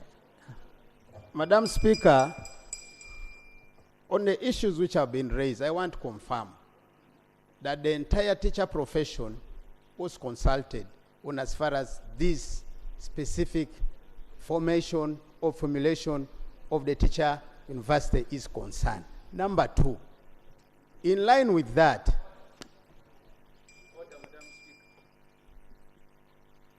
Madam Speaker, the minister is actually making the situation worse. That for them, they consulted. But having consulted, he doesn't want Parliament even to spend one day consulting. He says, for you pass very quickly, this is time-bound. Having gone through a consultative process, is in order, Madam Speaker, to say that Parliament must not consult, yet they have brought a motion as a result of a consultation that this Parliament must be treated like that. For you, you pass without consultation. For them, they consulted. Is in order? Depending on what was consulted. Can we first hear from AJ? You want to speak before the AJ? Yeah. AJ, let him first speak before you speak. Madam Speaker. Don't go far. Thank you very much, Right Honourable Speaker. Right Honourable Speaker, I think such a motion requires the input of the Committee of Education. And secondly, Right Honourable Speaker, we have been handling the process of rationalization in this House where we were saying some institutions, though were created, they may not be very relevant. We are living in a country, Right Honourable Speaker, where all universities are training teachers. We are living in a country, Right Honourable Speaker, where teacher education institutions have been erased, the TTCs. We are living in a situation in a country, Right Honourable Speaker, where NTCs are weakened. Yet those NTCs would have been better in training institutions because they are regionally best. Now, Right Honourable Speaker, we are here with a minister who wants us to process a motion coming as though, I think he wants to say at one point in time it is Parliament that passed it. Right Honourable Speaker, I think we will lose nothing if this motion that he has presented here goes to the Committee of Education so that there is a report and the Committee of Education pronounces itself because it will consult the other stakeholders. Thank you very much, Right Honourable Speaker. Thank you. Thank you very much, Madam Speaker. Madam Speaker, in our Constitution, Article 90, Parliament forms committees to assist them doing work. And that's a constitutional matter. And Madam Speaker, on Tuesday when we were leaving, the issue which was outstanding, which we should start at 10, was tax what? Bills. It wasn't saying that there was something urgent which was missing. And Madam Speaker, I don't want people to use your office. Actually, I know they are wasting your time. No, it doesn't matter, Madam Speaker. This one, I don't want them to use your office. I know Honorable Gwang is my Amoran. But Madam Speaker, it is very dangerous. On a Friday, we have come for another issue. Something is quickly smuggled in so that it is passed immediately. And this is very dangerous for our institution. And this Parliament belongs to all of us.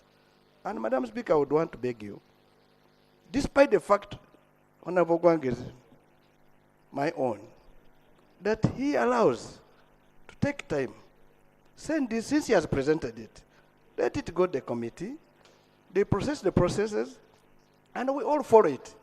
Because those who never had an opportunity to engage in the public, as he said, will have an opportunity to go to the committee. It is very dangerous. This Parliament, as it's seated now, to do what it wants to do, it will be not good for us. Thank you very much, Madam Speaker. Jonathan?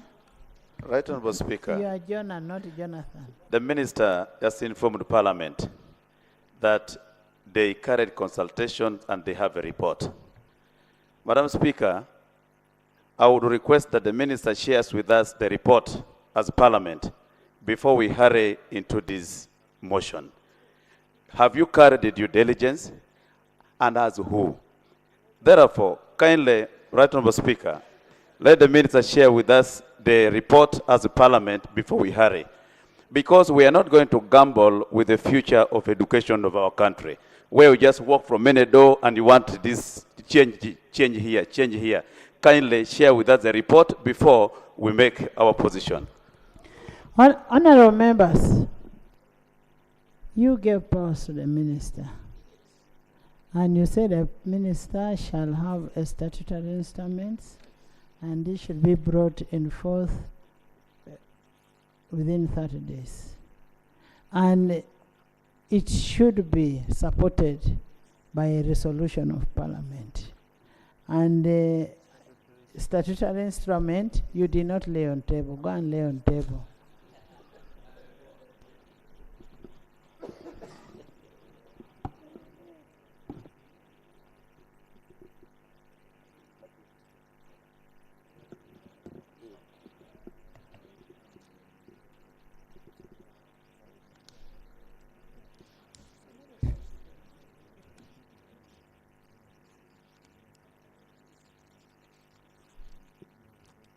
Madam Speaker, I beg to lay on table the statutory instrument as required by law. Madam Speaker, I beg to lay. Madam Speaker, I'll also beg to lay Schedule 1, which talks about the location and the land size of the institute as a requirement of the law. I beg to lay. Madam Speaker, I beg to lay on table Schedule 2, which talks about the vision and the mission of the institute, which is a requirement of the law. I beg to lay. Madam Speaker, I beg to lay Schedule 3 of the modified provision of the Act applicable to the institute. I beg to lay. Madam Speaker. Thank you. Can I hear from AG? AG.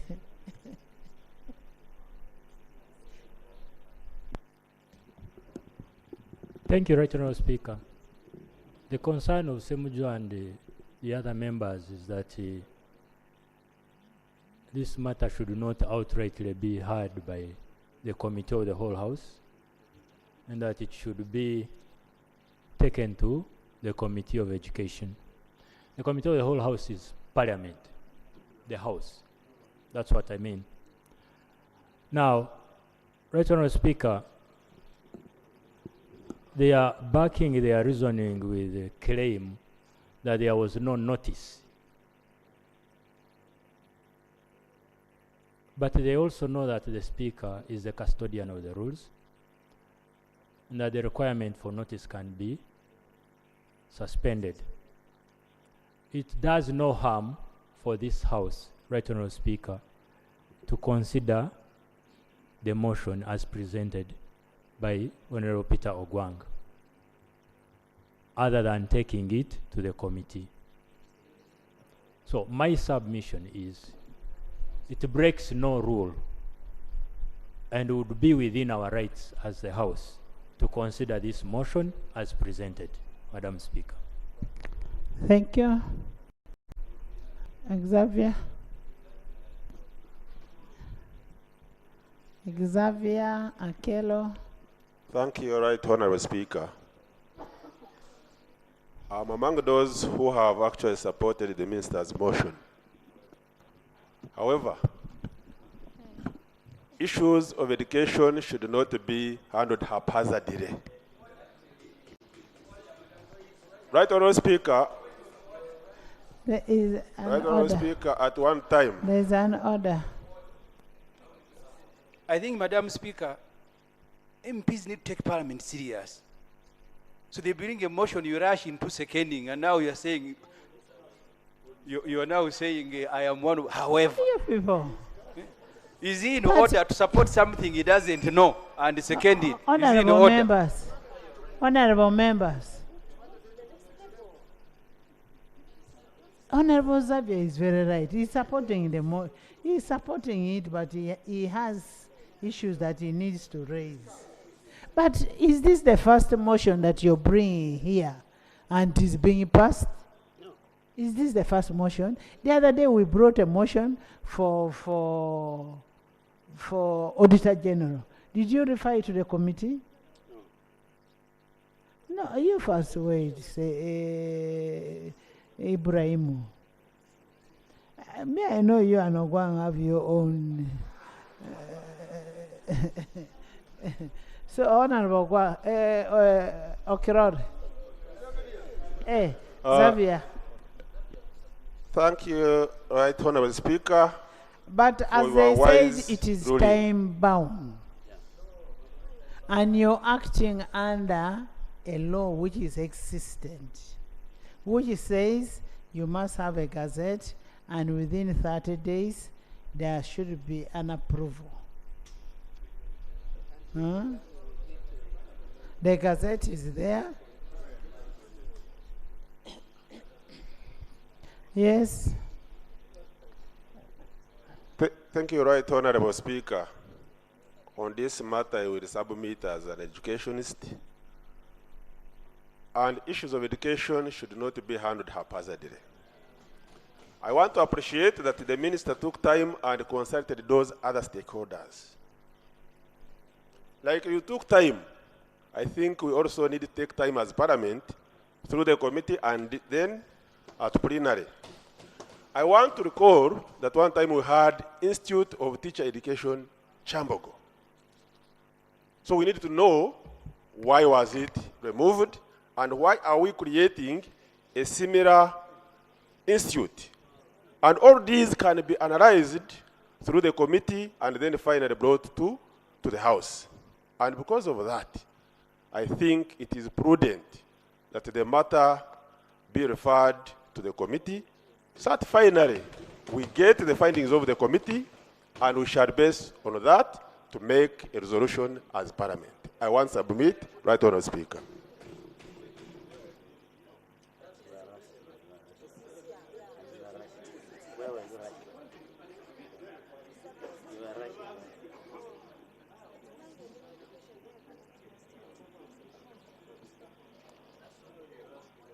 And he was rushing. He was harassing him for nothing. You don't even have it on our iPad.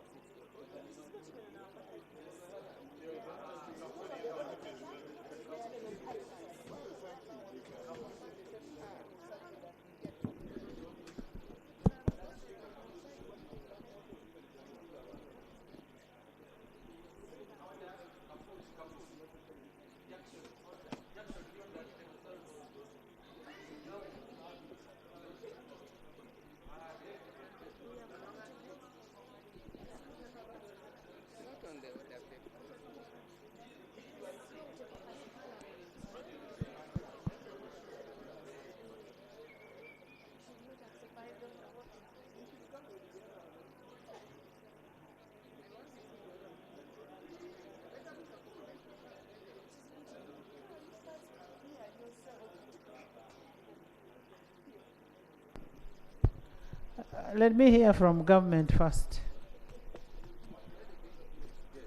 Let me hear from government.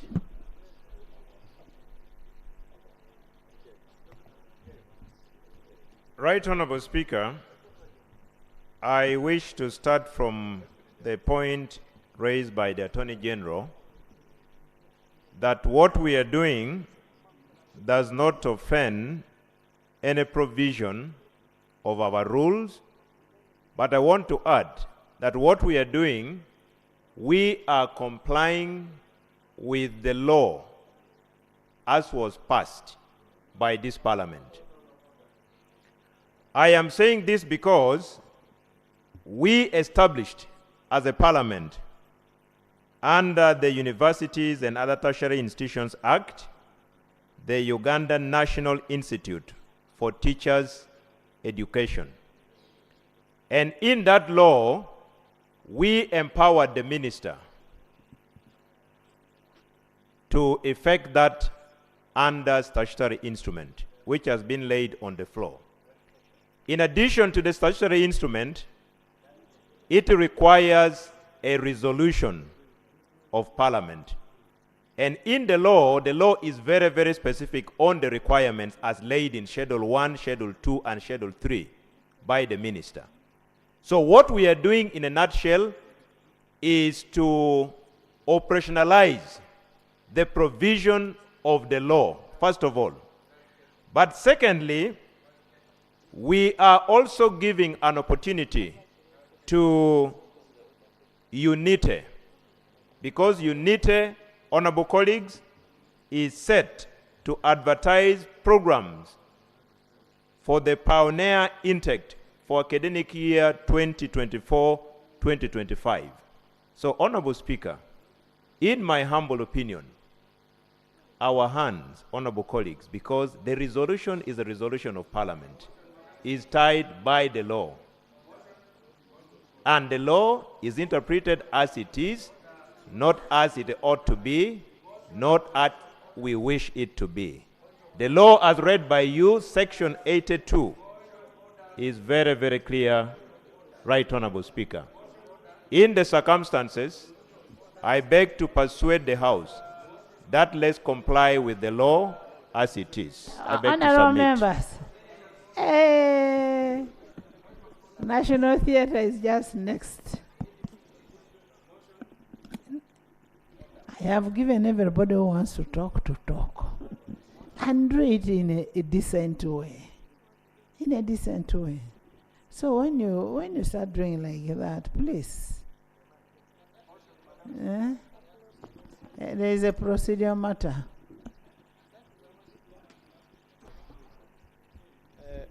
Right Honourable Speaker. Why are you laughing at me, Jonah? Madam Speaker, No. I think for all the intentions, good as it is by the minister, he has not done himself justice. First of all, he approached you and said that there was something very urgent, and you exercised your prerogative and said, yes, it is urgent, you bring it. And the minister has not addressed this house on the urgency itself. I think that's why you see a number of members are rising up. I know the government chief whip has attempted to justify it by saying there is an advert going to come, but that's not enough. And the budgetary yes. The second point is that when the matter is not sent to the committee and the intention is that this house handles it, then all information that the committee should have received must be brought to this house. For example, the minister would have taken us through all the documents and says the land is located here, because that is what the committee was going to inquire. So that at least you may, I am not saying the house, but at least you give the house a benefit to see whether we can actually approve. So the procedural matter I wanted to raise is that if it pleases you, this minister be given time to make a proper justification, including even going through the documents he has laid here. He's talking about the acreage of land is here. This is so that at the end, the house may actually proceed and say we can entertain it, since now we have all the information provided. Yes. So.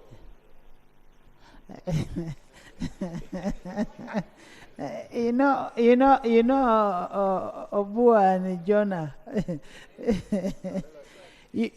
What Honorable Jonah says, like now when you look at Schedule 1, you look at location and land size of the institute, and the institute here you have Kavale, located at the land comprised in that the size.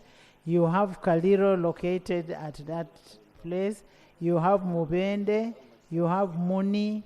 You have Unyama. And basically those kind of things.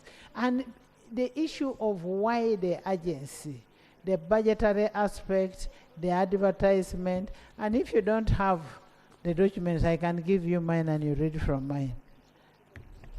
I thank you so Now, much. let's first answer one thing at a go. Madam Honorable members, Ibrahim, like you are the one who asked about that issue. And we are saying we are answering what you asked for. No, I've not read everything. Why are you talking about Kasese? I have not read for you everything.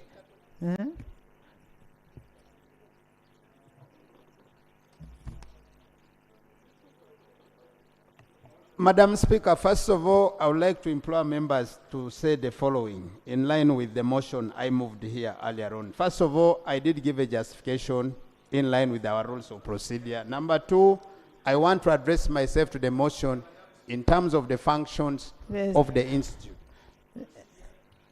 Yes. Madam Speaker, one of the members who seconded this motion has withdrawn. Which one? The Honorable Choma. He has withdrawn.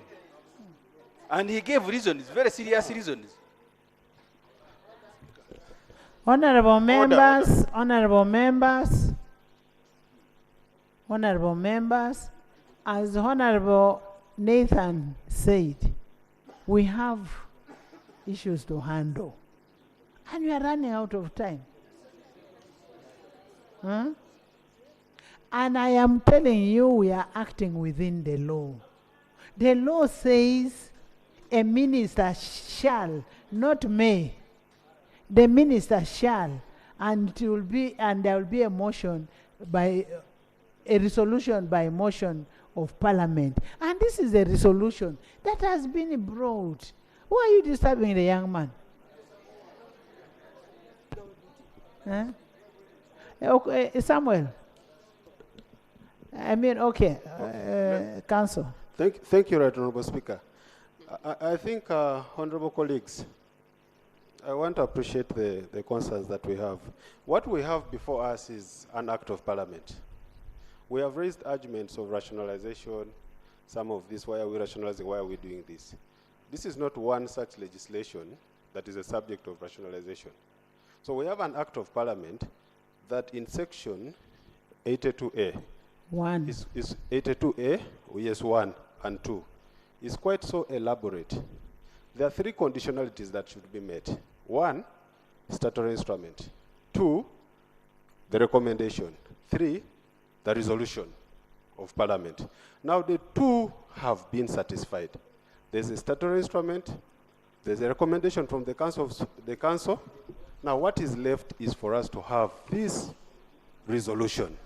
Now if you read 82A and you go to 2, that's where my brother Peter gets in a bit of, already there's a time in the Gazette which is running.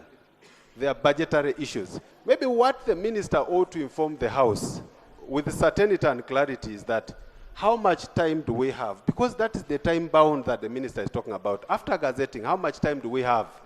Can we be able to consider that? The arguments we are raising should entirely be to say, are we moving within the confines of the law? If the motion has been brought and it is in consonant with the rules of procedure of Parliament, I find no illegality in the motion. There's no illegality. Honorable members, when what Council has said is exactly what the law requires of the ministry. I put a question that the motion for a resolution of Parliament to establish Uganda National Institute of Teacher Education be adopted by this House. Those in favor say and the contrary nay. The ayes have it. Next. Bill second reading, the Value Added Tax Amendment Bill 2024. Honorable Minister, can you move a motion?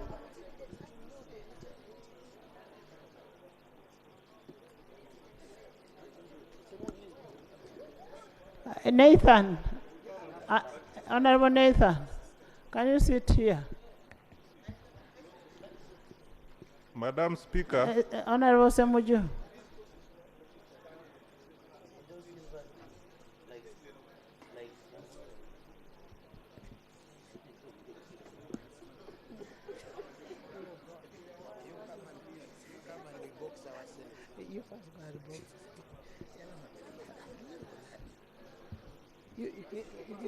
Madam Speaker, I beg to move a motion that the Value Added Tax Amendment Bill 2024 Honorable members, we on VAT.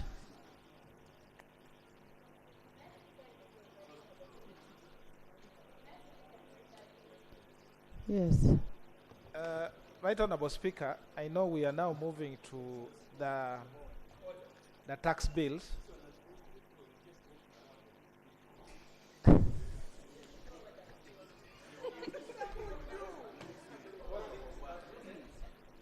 Honorable members, free sitting.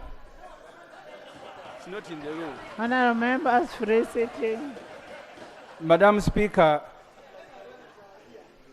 even free seating requires that you call for the suspension of a particular rule that establishes sides in this Parliament.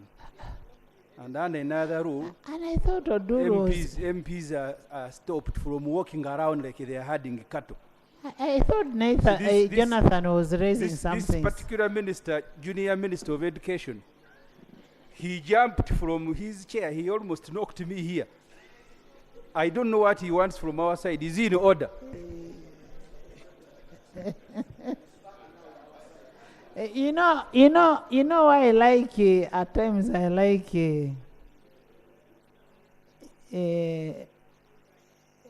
this young man of Jonah, the neighbor.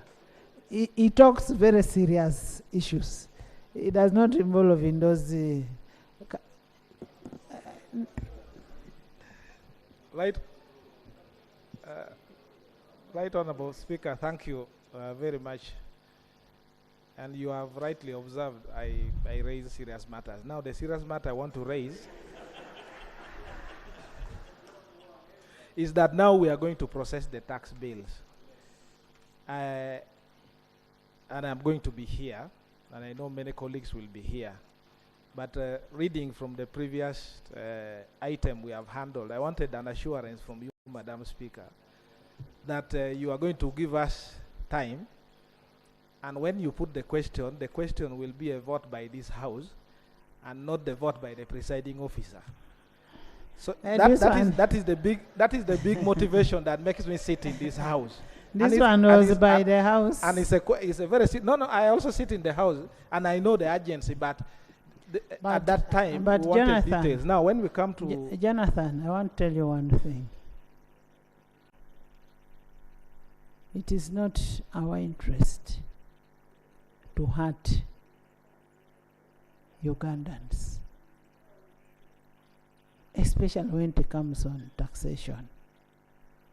And that's why the other time we're telling the minister, and I'm happy the minister we have is a minister who is a member of parliament. We have so many people looking at us outside there. When you start taxing my people who use kerosene, when you have failed to take electricity in my village, then will I come back? So maybe I'm more concerned than you are, because my people don't have electricity in my village. They cannot even afford solars. So issues, these ones, even if we are going to handle one today, one the next day, we'll do it. Thank you, Right Honourable Speaker. That is the assurance that I really wanted, so that when we vote on a particular clause of these tax bills, the vote actually reflects the debate in Parliament, the spirit in Parliament, and what the members of Parliament. And if I may plead, in this case, Madam Speaker, I wanted to persuade you Let me tell you that we can even vote by other means provided.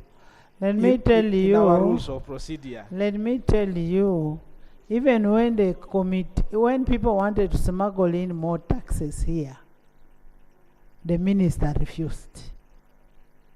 The minister says we shall not make people suffer. Let the minister first move a motion, and we reach that level. Minister, you move a motion. Huh? The last one, before we go on the tax bills, one of the proposals, which is the tax, the increase in the price of fuel, before the minister could address us, when the bill was laid here, all the pump prices at the fuel stations went by 300 shillings before even Parliament has approved. Would the government first address us on that matter? That even before the Parliament has already pronounced itself, the pump prices are already up by 300 or 400. Have they started? Are we proceeding right? For the honourable member to anticipate. I am on procedure. He's on procedure.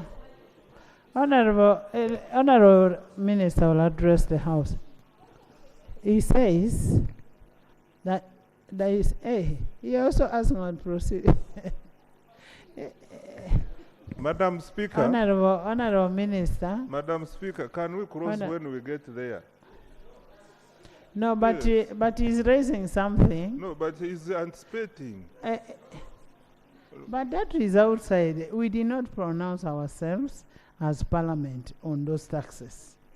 Now, those who are caught culpable should be brought to book. I thank you so much, Madam Speaker. I think Parliament had not envisaged a situation where me as a member of parliament, I would debate with the speaker. The questions I ask is for the executive.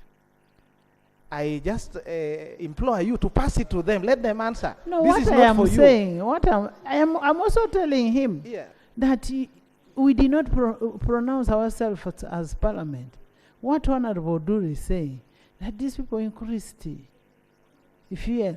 By how much? You know, they started speculating.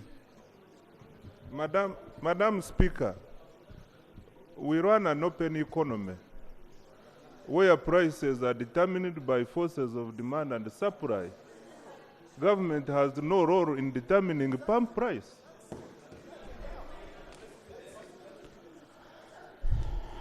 Yes, Hajat. Then. Thank you so much. But that is not good. That is not good. Thank you so much, Right Honorable Speaker. Right Honorable Speaker.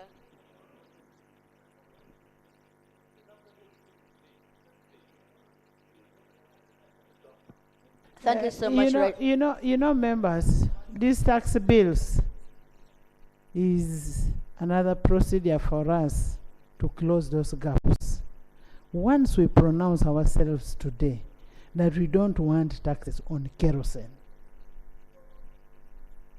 then there is no way we should be able to see somebody charging on kerosene. So the minister, let's finish on this, and our position will be very clear. You cannot increase fuel when we have not passed a bill here. Speaker, you gave me to raise a procedural matter. Right, Honorable, I have just one point, and without disrespecting Speaker, my is colleague. it procedure right that I'm pushed off the microphone? Thank you so much, Right Honorable Speaker. With due respect to the senior members of Parliament, the procedural issue I raise is to seek your guidance on how to debate. The previous discussion... Honourable members, front desk, please listen to. Yes, I'm seeking your guidance on debate in the House. The matter that we just concluded was concluded only on preliminary discussions, because we hadn't gone into the real gist of the matter, whether or not, but we made a conclusion. And on Tuesday, I recall, Right Honorable Speaker, when yes, I'm seeking guidance on debate. On Tuesday, when we were discussing on a loan here, there was a debate whether we would wait for the committee to bring us a report or not. And that debate carried on, and after that, a question was put on the substantive matter and not on the preliminary discussion. So what is coming up, Right Honorable Speaker, and I seriously seek your guidance, even when Honorable Msas is trying to disturb the chair. Right Honorable Speaker, the guidance I'm speaking from your chair, whether preliminary questions can be enough to determine a matter on the floor. The two previous issues have been, this question was put only after discussion of preliminary question, whether the matter should be sent in a committee or not. And I recall when the Attorney General gave us guidance here, what he said that the import of the matter in the law on loans is to give members of Parliament a say on whether the loan should take place or not. But even before we spoke about it, a question was put. So, Right Honorable Speaker, may I seek guidance from you whether preliminary discussions shall be enough for the chair to put a question to decide on the real matter, or whether members of Parliament will have considered themselves, have pronounced themselves on those particular issues, or even whether on the matter we just concluded, people spoke on whether we needed the institute or not, even whether on the law we spoke whether we needed the loan or not, because the only debate we had here was the debate on preliminary questions. I beg your guidance.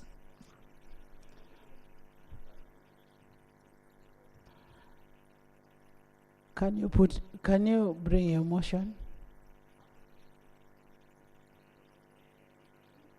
Thank you, Right Honorable Speaker and colleagues. I beg to move a motion. You know, Jonathan has brought a very serious thing. that we must exhaustively look at all these laws. Give it time. Nathan, we must look at these laws. Let the minister move the law. When we move the law,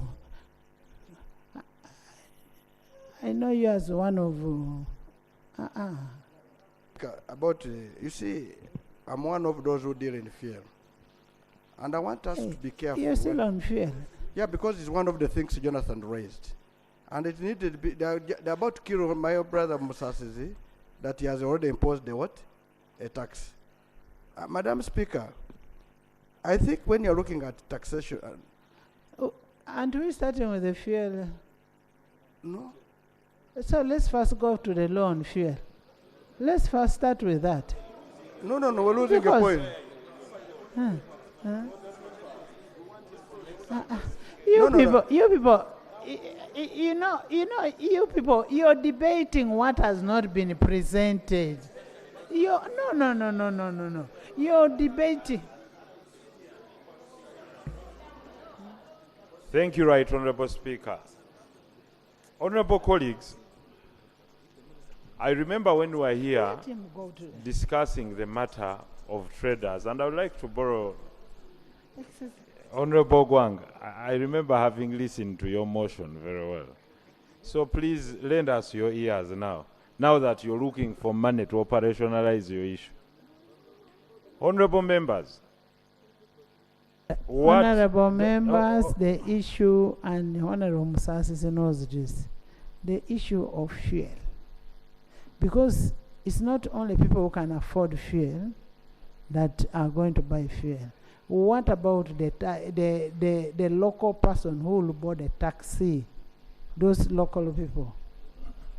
It increases the cost of goods and services. Right Honorable Speaker. You get it, eh? Right Honorable Speaker, before you preempt it, the issue, I don't know what order you want to bring, but let's just proceed, because I'll also rise up and say order and order continuously.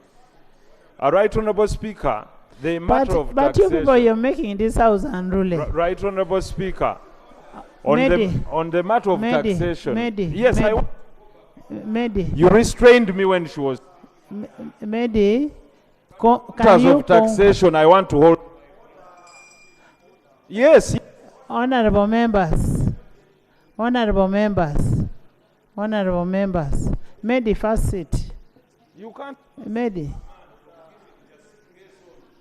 Which man? What has he done? What has he done? Thank you, Right Honorable Speaker. Before you hear from me, you cannot presume what I'm going to say. The government presented the framework papers and the ministerial policy statements. You had chorus by chorus from every minister saying, my department needs more funding. The Honorable Minister of Finance intends to bring sources of raising revenue. All right? Therefore, what Honorable Odur is saying is that for any law that is being presented is to cure something. If we say we are removing this, how do we broaden the tax base?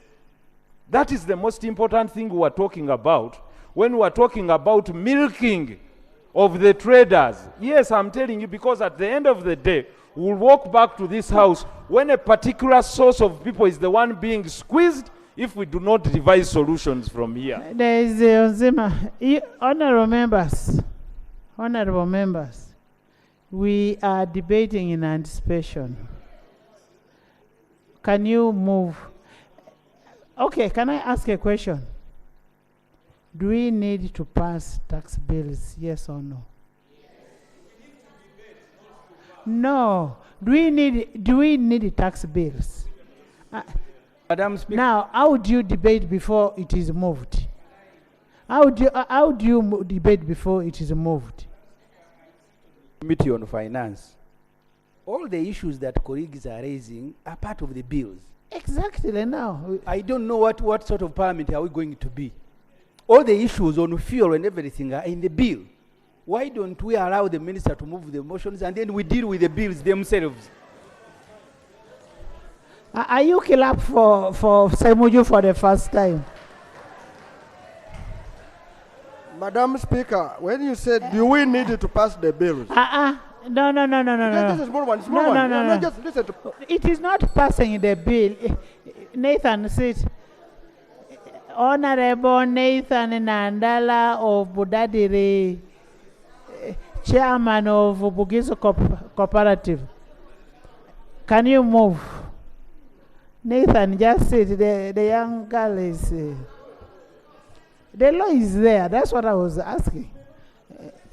Right Honorable Speaker, I beg to move a motion that the value-added tax amendment bill 2024 be read for the second time. I beg to move. Seconded. It is seconded by Connie, Susan, Maggie, Koluo, Jane, Agriculture, Nancy, Afande Alayo, Obua, Achon Obua, Katesh, AG, Ogwang, Amos, Honorable Bahati, Government Chief Whip, and all the NRM sites.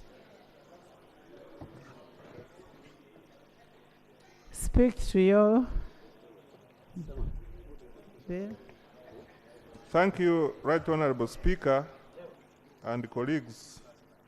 The bill is intended to amend the value-added tax cap 349 to classify the supply of goods or services by an employer to an employee at no consideration as a taxable supply, to increase the threshold for the offset in case of the overpaid tax from 5 million shillings to 10 million shillings, to amend the first schedule to include the African Reinsurance Corporation, International Regulatory Board of the East African Power Pool, and Islamic Cooperation for development of the private sector as listed institutions.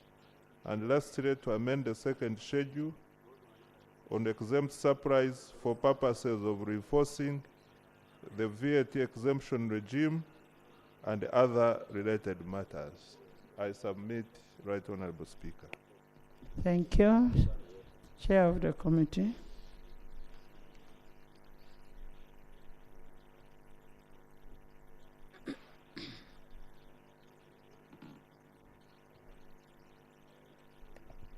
Does it have a minority?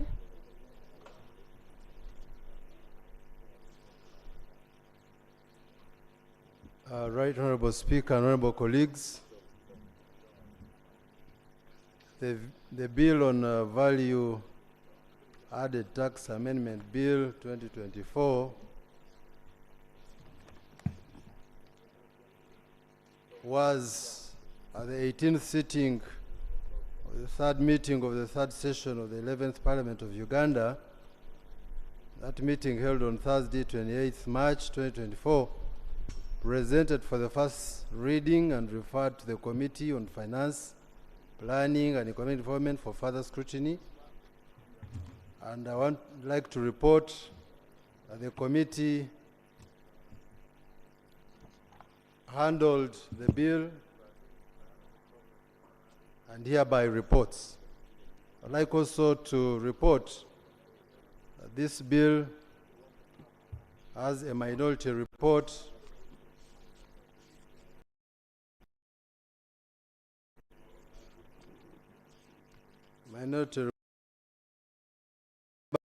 member, the Honorable Semuju Nganda Ibrahim, and I hope he's given an opportunity. Right Honorable Speaker and colleagues.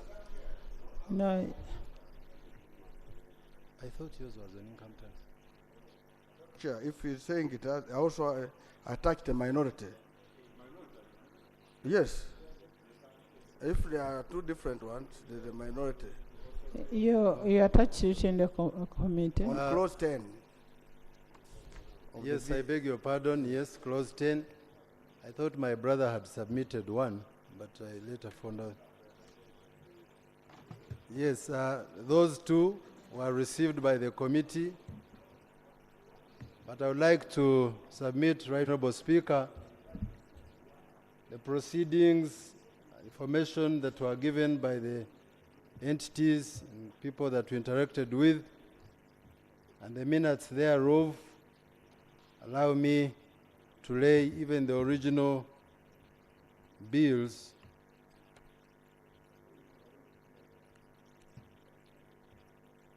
the original reports, I beg your pardon.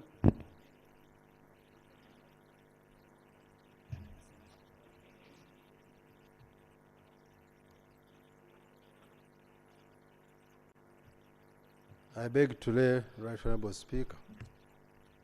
And allow me to go straight to the report of the committee. Right Honourable Speaker, the committee considered the bill through consultation with different stakeholders and hereby reports the object of the bill. The object of this bill is to amend the Value Added Tax Act, CAP 349, herein referred to as the Act, to expand the definition of the electronic services, to provide for a limit on input on tax to activities related to output tax being accounted for, and to disallow input tax credit to a registered foreign supplier, to provide for the declaration of value-added tax on imported services by large unregistered persons and unregistered government entities, to provide for ZIPRI, PTA Reinsurance Company, as a listed institution and for related matters.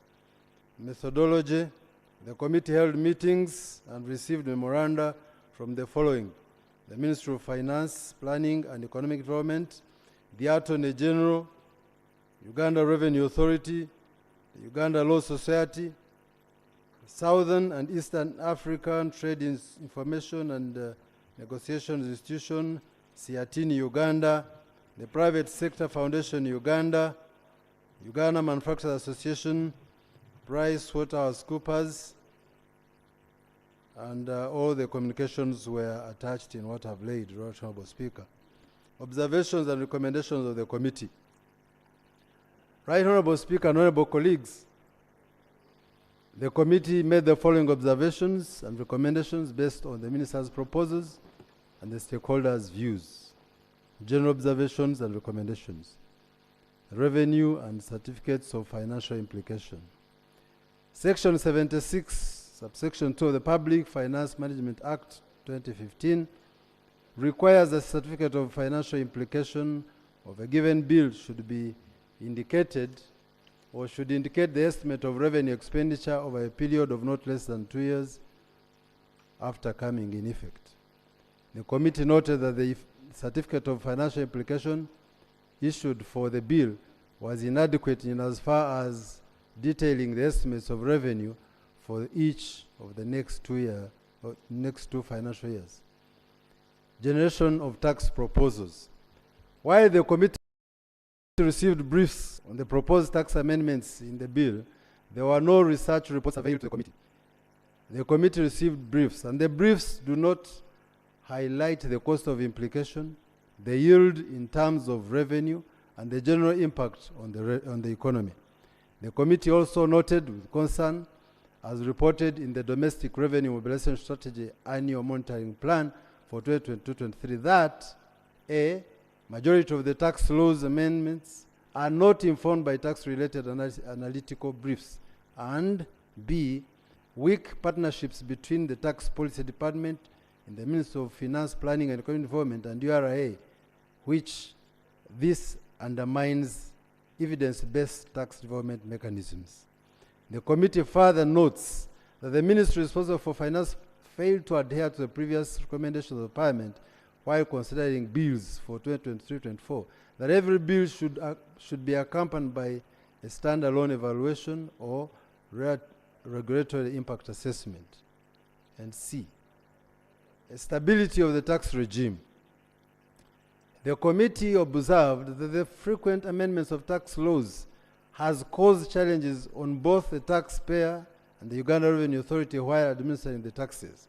The committee attributed this to the absence of a comprehensive tax policy. And therefore, we recommend that the Ministry of Finance establishes a comprehensive taxation policy to address, among others, the stability of the tax regimes. We also note that there was silence on the new international tax measures. The committee observed that whereas the minister presented new tax policy measures in 2024 tax bills, with the exception of the levy on petroleum products, there was a notable absence of measures covering the international trade taxes. At the same time, the projected tax collections under international taxes was projected to decline slightly on a year-on-year basis. The committee further established the tax policy on international trade is agreed jointly by the Council of East African Community Ministers responsible for finance. Accordingly, Parliament is never given its constitutional duty to scrutinize tax policies under this category. Recommendation. The committee therefore recommends that the minister should always report to Parliament at the earliest opportunity after the meeting of the ESC finance ministers in order to afford this House an opportunity for an input into all the new tax measures, Right Honourable Speaker. Clause 2 and 4. Amendment of Section 5 and 10 of the Principal Act. Section 5 of the Act provides for persons who are liable to pay tax, and these include this case of a taxable person, the person making the supply in the case of an input of goods, the importer, and in case of a supply of imported services other than imported services, the person receiving the supply. Honorable Gwang, we still need you in. We need you in. And whips and Ugandans out there. This is the most important legislation that we are doing. If people are charged the high taxes, it's because you've not been here to represent your people. So when people stay out there and leave few people to be here, then the mistake is not on anybody, it is on your people that you voted in.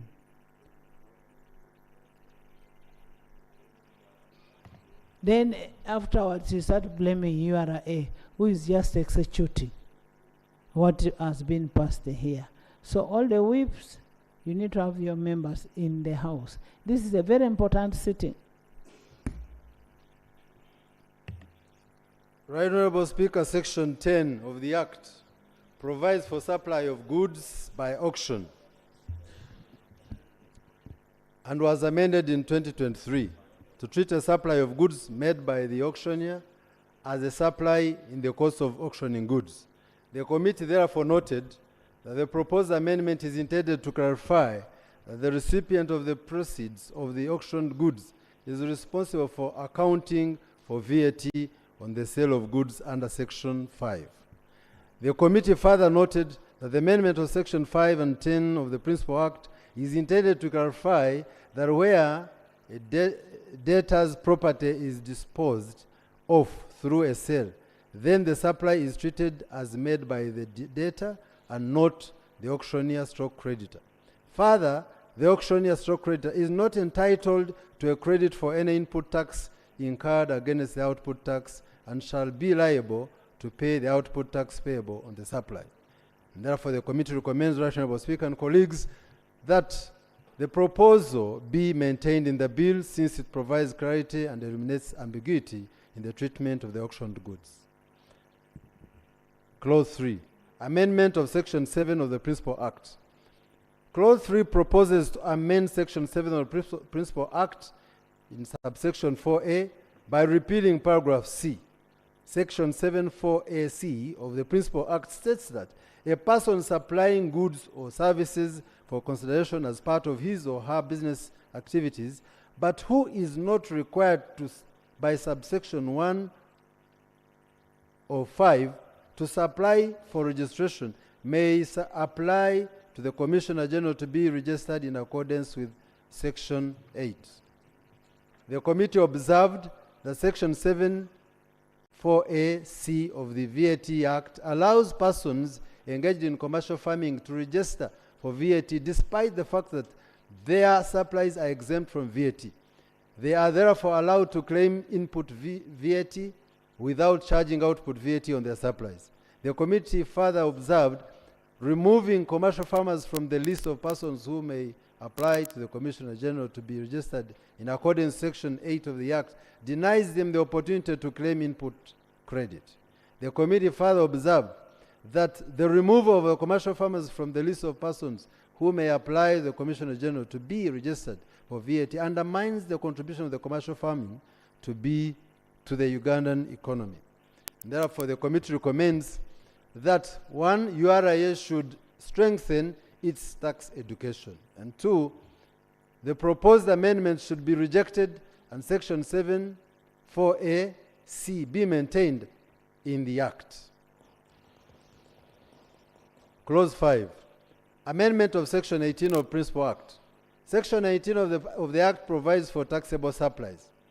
Clause 5 of the bill seeks to amend Section 18 of the Act by inserting paragraph 18(9) to include that the supply of goods or services by an employer to an employee for no consideration is considered a taxable supply except where the employer was not entitled to input tax credit. The committee was informed that the employers are using the avenue to give free taxable goods to the employees without consideration, but claim input credit for the goods supplied. This is an abuse of the law since URA, on the other hand, cannot recover the output tax. Through the proposed amendment, the taxable supply should be treated as having been made for a consideration equal to the fair market value of the supply and should only apply to employees' benefits, which are taxable supplies under the law. And therefore, the committee recommends that Clause 5 of the bill be passed. Clause 6. Amendment of Section 42 of the Act. Section 42 of the Act provides for refund of overpaid tax. The proposed amendment seeks to amend the provisions by increasing the threshold for claiming the refund of overpaid tax from Uganda shillings 5 million to Uganda shillings 10 million. Whereas the committee received a proposal for increment of the threshold to Uganda shillings 50 million, the committee observed that increasing the threshold will have the effect of incapacitating small and medium enterprises, the SMEs, from claiming for the overpaid tax, which will negatively affect their business. Therefore, the committee observed that this is intended to reduce the number of taxpayers claiming refunds. Refunds below 10 million shall be automatically carried forward to offset the output of the next financial year. And therefore, the committee recommends that Clause 6 of the bill be passed. Clause 7. Insertion of Section 66A to the Principal Act. Clause 7, Right Honourable Speaker and Honourable colleagues, seeks to introduce a new provision to the Act by imposing a penalty for failure to withhold tax. Accordingly, a withholding agent who fails to withhold tax in accordance with the Act shall be personally liable to pay to the Commissioner the amount of tax which has not been withheld, but the withholding agent is entitled to recover this amount from the person. Further, the provision will apply to the liability imposed as if it were a penalty for non-payment of tax. The Minister informed the committee that currently there is no law compelling designated withholding tax agents to withhold VAT. And therefore, this amendment seeks to compel the withholding agents to withhold or face the inconvenience of paying the tax taxpayers or paying for taxpayers and pursue a reimbursement. The committee observed that the imposition of the provision has implications of compelling withholding agents to remit 6% of the holding VAT, withheld on VAT. As a consequence, this is not accounted for in the VAT input returns. It also has an implication of ensuring URA of a minimum of 6% of any VAT received or withheld by an agent. This is not accounted for in the VAT input returns and disadvantages the supplier. The proposal shifts URA's mandate to the taxpayer on account of failure to withhold tax. In addition, all URA registered taxpayers are required to issue IFRIs or invoices, and this gives URA visibility of transaction by such payers. Recommendation. The committee finds no merit in the proposed amendment and recommends that the proposal should not be adopted. 2, the imposition of 6% withholding tax on VAT is inconsistent with the VAT Act, and therefore the ministry should harmonize the regulations. Clause 6, amendment of the first schedule to the Act. Clause 8 seeks to amend first schedule to the Act to include Africa Reinsurance Corporation, Africa Re, International Regulatory Board of the East African Power Pool, and Islamic Corporation of the Development of the Private Sector. The committee noted that Africa Re is an African Union institution established in 1976 by the AU member states and the African Development Bank. Uganda was among the founder signatory states with 22 shares and thus receives dividends from it. Article 51 of the Establishment Agreement states that each member state shall undertake to waive and refrain from imposing any administrative, practical, and financial restrictions that would hinder in any manner a smooth functioning of the activities of the corporation. It also provides that each member state shall exempt the corporation from all duties and taxes arising from the corporation's activities in the member state's national territory. The committee further noted that the Islamic Corporation for the Development of Private Sector is a part of the Islamic Development Bank group, which already is exempted in first schedule of the VAT Act. It is a multilateral development financial institution that supports the economic development of its member countries by providing financial financing to the private sector projects, promotes competition, entrepreneurship, encourages cross-border investment. The proposed amendment is intended to clarify that Islamic Cooperation for Development for the Private Sector is an arm of the Islamic Development Bank and is entitled to a VAT exemption to avoid disruption of its services to the private sector in Uganda. The committee further noted that under the International Regulatory Board of East African Power Pool, government has committed to promote investments in the power sector and facilitates smooth cross-border energy initiatives within the EAC region. The committee observed that the effect of the proposed amendment is to expand the refund of tax to international organizations under Section 45 of the Act and to include Africa Reinsurance Corporation, International Regulatory Board of the East African Power Pool, and the Islamic Corporation for Development for the Private Sector. And therefore, the committee recommends that the clause 8 be passed. Clause 9, amendment of the second schedule of the Act. The proposed amendment seeks to amend the list of exempted supply under the second schedule of the Act by A, repealing postage stamps, software, and equipment installation services to manufacturers. The committee observed that the repeal of the postage stamps and software and equipment installation services to manufacturers from the list is exempted supplies and is intended to broaden the tax base. B, including the following items: seed cake that does not include cake or dog food, hose, the supply of electric vehicles locally manufactured or supplied, or supply of frame and body of electric vehicle locally fabricated, the supply of electric vehicle charging equipment or supply or charging services of an electric vehicle, the supply of pesticide, the definition of pesticide, the supply of fertilizers, seeds and seedlings, the supply of cooking stoves that use fuel ethanol assembled in Uganda up to 30th June 2028, the supply of safety headgear, manufacturers of electric vehicles, electric battery or electric vehicle charging equipment, or fabrication of frame and body of an electric vehicle. The committee observed that the proposal amendments are intended to boost local production, public safety, and environmental sustainability.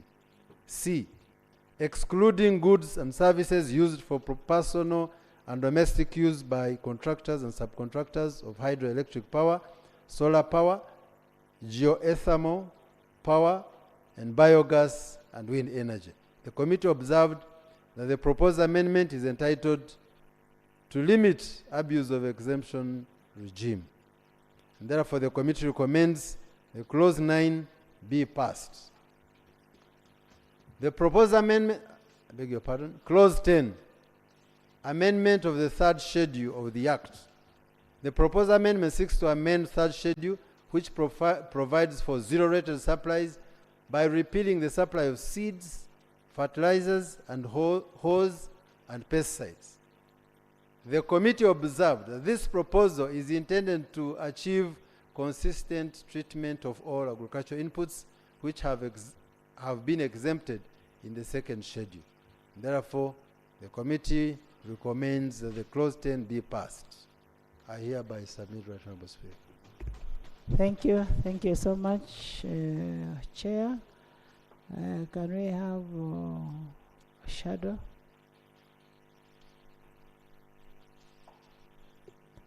We have two reports.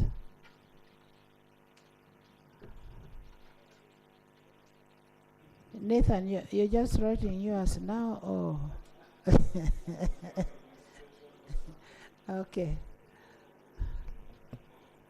Madam Speaker and honourable members, the value-added tax amendment You can bill actually even give the shadow to read it. If 2024, combine. the background has been given by the main report when it was brought here, and the agencies that we interacted with. I don't have to go through that. The main issues in this bill: if your employer, mainly the manufacturer, donates to you items, the bill requires him or her to pay VAT on them.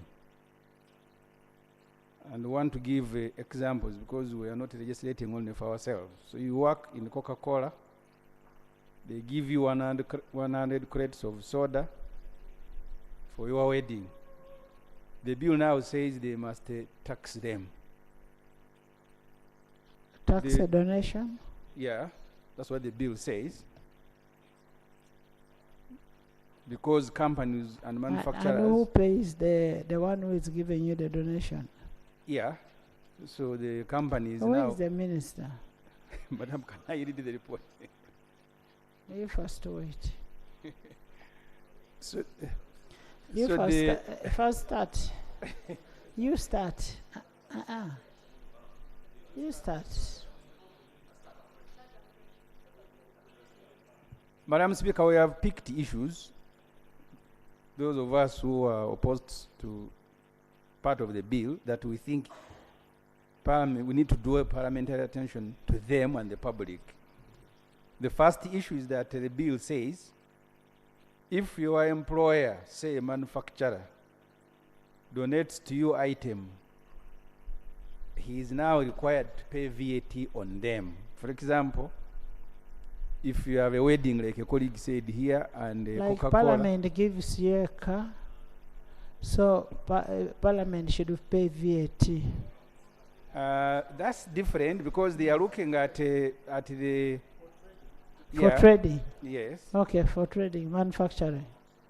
So taxable goods. So if they give you 100 crates of soda, or you have a wedding, or you have a function, or you've lost someone, now the bill says the government will tax your employer who is giving you those items. The amendment also is introducing a penalty. I think the committee now. Exempt. Yeah, I think here we agree with the committee. The second point, but I simply wanted to draw your attention to it. The third. Enos, I want you to bring your clarification after he has read.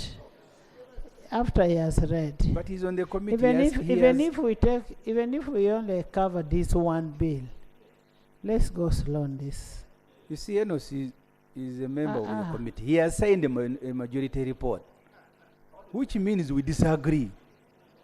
I don't know why he's restless. We are looking at areas of dissent. Yes.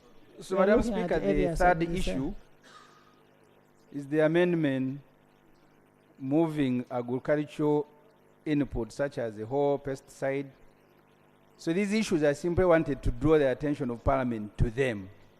Now I go to the issues of disagreement. What's wrong with those items? No, there is nothing wrong with them, but we thought we needed to draw Parliament's attention to them, that that's what they are in this bill. Now I go to the substantial issues of disagreement. The first, non-compliance with the law. The second, absence of comprehensive tax policy and the timing of these amendments. The third, no study, no research. The fourth is penalty for not withholding tax. And I'll start with non-compliance. The Public Finance Management Act makes it a requirement that every bill presented to Parliament shall be accompanied by a certificate of financial implication. This certificate under Section 76 of the Act states, shall indicate the estimates of revenue and expenditure over a period of not less than 2 years after the coming into effect of the bill when passed. The certificate shall indicate the impact of the bill on the economy. This, in simple terms, means total amount to be spent on implementation of the law and the expected revenue. In this case, the cost of correcting the new taxes vis-a-vis amount realized. Government committed itself to balance the need for revenue correction and economic growth. You don't just close down businesses or threaten to close them over failure to pay taxes without looking at the other factors. That's what government committed itself to. For example, you can close a company and you lose 100 jobs. So you will have lost the tax you want to recover, but you also have lost a job. For example, Game was closed because it didn't pay 23 billion. So they didn't pay the money after all they closed, but also the jobs you lost them. So that's why the law requires that you look at the implication of every proposal to the economy. The certificate of financial implication, the Honorable Matia Kasaija issued, dated March 27, just one day before running to Parliament, was presented before running to Parliament, doesn't meet these requirements. It reads, and I have attached the certificates for you to read. Since this is an amendment to existing tax provisions, there is no expenditure plan specifically different from the overall allocation of 619 billion for the financial year 2024-2025 and shillings 534 billion for the financial year 2025-2026 to Uganda Revenue Authority. This is the certificate the minister issued for all the 5 tax bills. I don't want to invite you to debate in anticipation. I am only inviting your attendance that you will find the same certificate. They are just changing names and dates. The only change is the name of the bill. No wonder all the 5 certificates were signed on the same day and 1 hour. The minister doesn't know how much it will cost to correct the new tax proposals. If he knows, he doesn't want to tell Parliament as it is required in the law. He, without any study, concludes that this new measure in this amendment will yield an estimated 74 billion. That's what the minister says. No study, nothing. He says he wants to raise 74 billion through these amendments to the VAT Act. The Domestic Revenue Mobilization Strategy Annual Monitoring Plan for financial year 2020 to 2023 observed, like the committee said, majority of the tax law amendments are not informed by tax-related analytical briefs. This is what this Kasaija certificate confirms. Yet the same minister, in his letter introducing the Domestic Revenue Mobilization Strategy for Uganda 2019 up to 2024, committed to end arbitrariness. He said, and I want to quote the minister, in order to achieve our revenue potential, please listen, we will move away from ad hoc annual tax policy changes. These piecemeal adjustments with little alignments to an overarching strategy have created a high degree of unpredictability and uncertainty in our tax policy direction.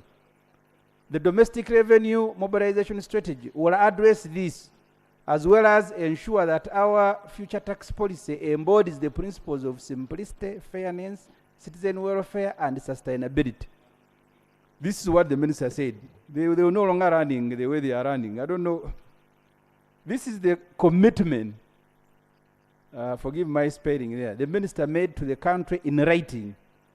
This parliament must hold this minister to his commitment that they will no longer run with small amendments here. They will now, after comprehensive policy review and study, come here because of the reason he said this causes to the economy. The certificate doesn't show the overall impact of the tax proposals on the economy. Moreover, Parliament, as our colleagues in the majority observed, recommended that in addition to all these commitments and the law, every bill should be accompanied by a standalone evaluation or regulatory impact assessment. I go to point number 2. There is no comprehensive taxation policy in Uganda. Right, Honorable Speaker and members, on May 5th, 2022, concerns were raised by Honorable Javira Semwang, MP Buyamba, regarding the absence of a comprehensive taxation policy in Uganda. This concern stemmed from the realization that the Domestic Revenue Mobilization Strategy formulated by Minister of Finance in 2020 lacked a well-documented taxation policy. Consequently, Parliament on the same day, 5th May 2020, passed a motion urging the government to develop a comprehensive policy on taxation. Unfortunately, Right Honorable Speaker and members, up to now, this government every financial year introduces tax bills without a taxation policy in place.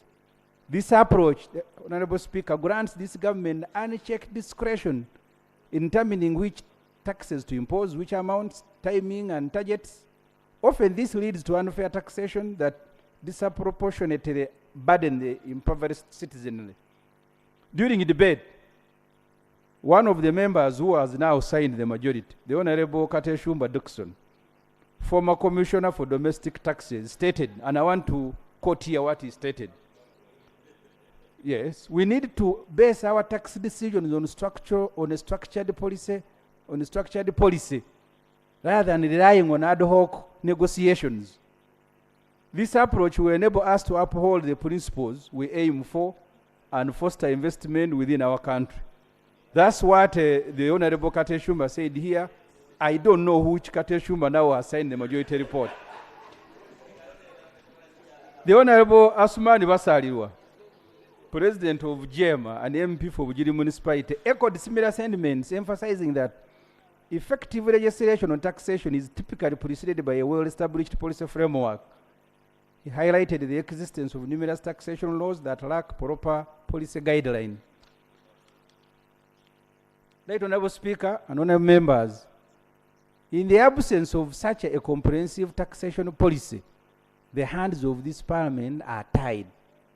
Solution is to ask government to withdraw their bills and return when they are ready. I don't know how long you want to continue babysitting adults like Honorable Kasaija and Honorable Musasi's and the company. Because you made a proposal and told them go and do these things. They have now returned without doing them. They are saying go ahead. You're clapping on babysitting Kasaija. Yeah. Your grandfather. I said you are babysitting adults. No, that's why I'm saying Goretti. The minority is I'm complaining. Timing of new tax proposals. Right Honorable Speaker, there is already instability in the tax sector, as the main reporter has reported. Traders have just opened their shops. There is a general feeling of overtaxation with very little to show for it in terms of social services. Roads in Kampala City, Kampala metropolitan districts of Wakiso, Mukono, Mpigi, and other areas in the country have completely broken down. There is a general cry that leaders are swimming in luxury at the expense of taxpayers. The other day, Parliament approved a supplementary budget of 1.1 trillion, including 576 billion that was gifted to Matthias Magola. What do you think citizens will feel about this, that you are collecting to give away? This needs to be addressed before any new tax measure is proposed. We need to restore confidence. Stability is a key principle in taxation. Taxes should be introduced at least every 5 years. That's why Minister of Finance committed himself to do. Not annually like it is with this government.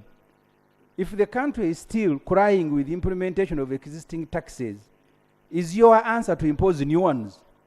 Why don't we first deal with the leakage, corruption, and use the savings to finance the budget rather than thinking of new tax measures?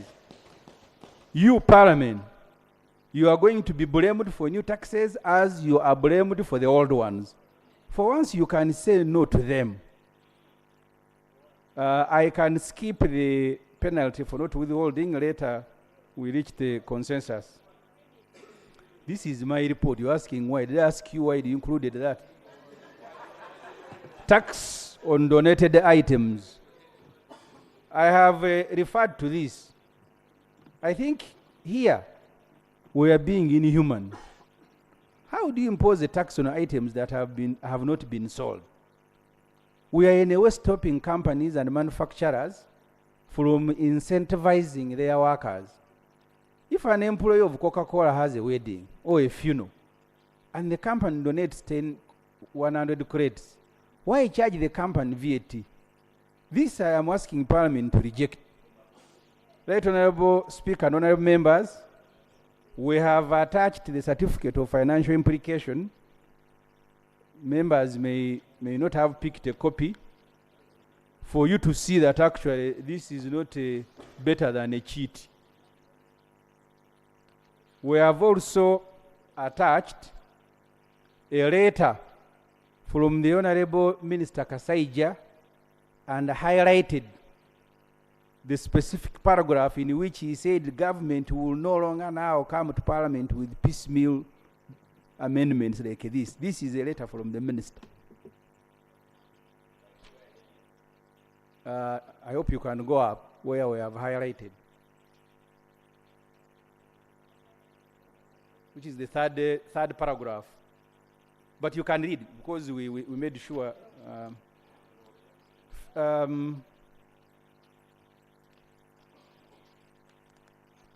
Yeah, I think that is it, Right Honorable Speaker. This Parliament has no option. Thank you. But to tell the minister to follow the law. Thank you. When he does, I will gladly come here and we begin debating and supporting. Nathan. Thank you very much. Thank you. Nathan. Thank you very much, Madam Chairman, Speaker. not just BC. Thank you very much, Madam Speaker. Madam Speaker, before I make the issue which is under clause 9 and clause 10, there are just 3 small things I want to put ahead first. First, the Ministry of Finance is looking more on income, but not looking at expenditure. So when they look at income, while they are not addressing expenditure, is the reason why every now and then they are bringing more tax proposals to collect more. Number 2, Madam Speaker, you asked the question, if we don't pass this bill, is there any problem? There's no problem. Already there's existing law. It will continue to be in force, so you don't need to worry. Number 3 is about the changes in prices, especially in fuel. I think also we should also address the issue of other costs. Okay. This is the one who advised the minister. Please go ahead. Go ahead. The third one, Madam Speaker, is on increase of prices of commodities. I think we're looking at the item of only taxation, but also the other issues like exchange rates. Like, for example, if the price of the fuel, we bought it at 3,700, and now the cost is 3,900 a dollar, that means that change in exchange rate will be put on the what? On the fuel. So I want to say that we import all our fuel, and even the clothes we put on, we import. That's why when you go to the market, you'll discover the prices going high. But basically, it's not tax, but because of the change in the exchange rate, which is going up. So you better get your own fuel. The fourth one, Madam Speaker, so that I will concentrate on, which I want to help members to also be knowing, in taxation, donations are not allowed. Unless it is categorically put in the law that this is a donation, which will be allowed maybe to a charity, to some institutions which are known. So therefore, if a donation is not allowed, that means if you make a donation, you should be taking care of everything which go by it. So if, for example, I don't want to talk about Coca-Cola. Let me talk about beer. Supposing I'm going to wed, I work for Uganda Breweries, they give me 100 crates of beer. I only take 20, I sell the 80. You understand? In the same market. And so that means you have to be very careful when dealing with donations and exemptions. Madam Speaker, having spoken all those many things, I want to descend on 2 clauses, clause 9 and clause 10. Clause 9 proposes to move hose, pesticides, seeds, fertilizers from 0 rated under Schedule 3 to Schedule 2 as exempt. Madam Speaker and honorable members, the moment you make it that way, it means the cost of hose is going to increase. How? Some people will lie you, these guys of URA and finance, that exempt means 0. It means all the costs related to that hole, if they are not allowed for VAT purposes, will be added on the price of the hole. So the reason I'm coming here is to tell you that clause 9, we should not accept those to be exempted, and the clause 10 should be deleted. Simple. I think I've finished my case. Let me give maybe a simple one. I am selling hose here. I rent a shop. I am paying VAT on the shop.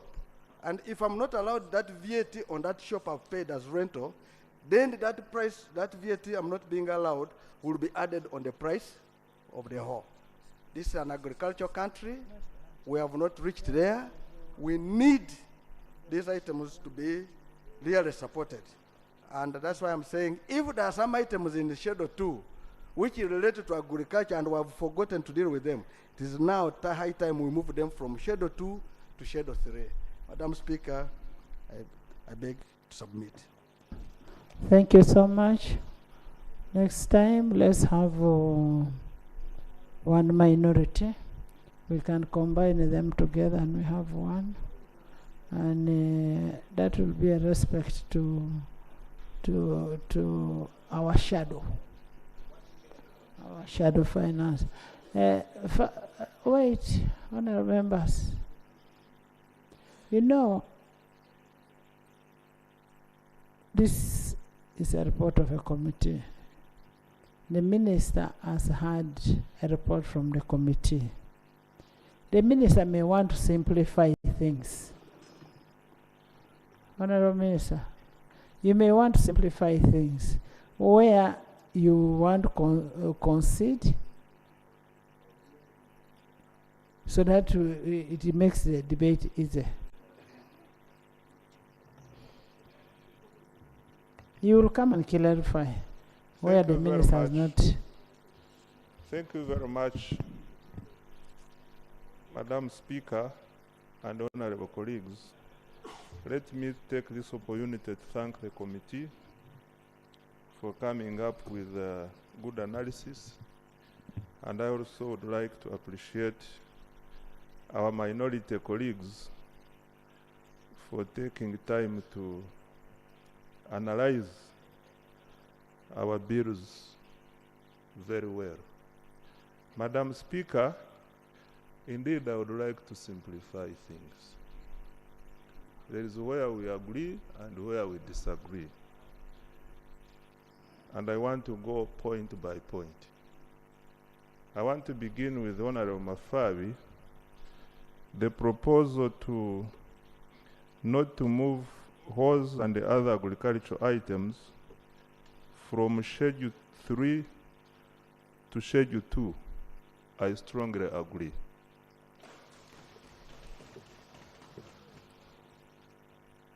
Since you have accepted, I don't have to even labor justifying. Now, Honorable Semuju. Is that okay with you? Madam Speaker, that's fine. That's what should be. Shadow, Jonathan. I don't want us to continue debating on things. Let's go straight. Yes. Madam Speaker, on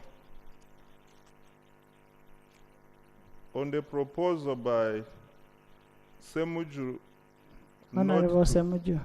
Honorable Semuju, not to tax offers given by employers to employees, I strongly disagree on account of the following, and I want to use an example. Assuming you work with a company, say, involved in production of sodas, and this company every Friday decides to give you 1 crate of soda to take home for the kids to enjoy over the weekend. It will give you this crate of soda on cost plus VAT. We therefore expect you to receive this order on the cost plus, assuming you decide not to use it for your personal use. Even if you use it for your personal use, you become the last person, whom we call the last consumer, and therefore you should pay the VAT. Even if you decide to sell it, you should also sell it plus VAT. Therefore, Madam Speaker, I would like to invite Honorable Semuju and the House to really appreciate the whole idea, the whole supply chain of VAT. These are not goods of specific nature. These are goods for consumption. You are not donating 1 million shillings for my wedding. You are donating, you are just foregoing to sell this item at a price. In other words, this product can be exchanged for a price.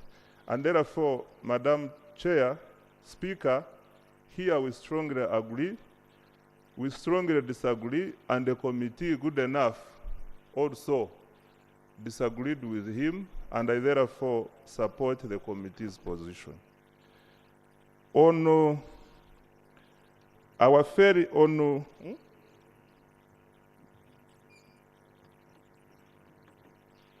withholding on what? Withholding, I want to imagine you withdrew because you agreed with the committee, and I also agree with the committee. Madam Chair, sorry, Madam Speaker, on withholding, why I agree with the committee is that we regularly, time and again, we appoint withholding tax agents to say, Serco and Company Limited, dealing in a particular business, you are going to be, we appoint you as our withholding tax agent for VAT purposes. And then you start collecting on our behalf and remitting to government. If for one reason or the other fail to withhold, knowingly or unknowingly, this is a voluntary service you are providing to government. We shouldn't penalize you for failure to do something which you have voluntarily, which you have an option not to do. So here we should strengthen ourselves. As URA, we should strengthen when we talk about efficiency in tax administration. These are some of the things we should look at instead of bothering our taxpayers. So here I agree with the committee. On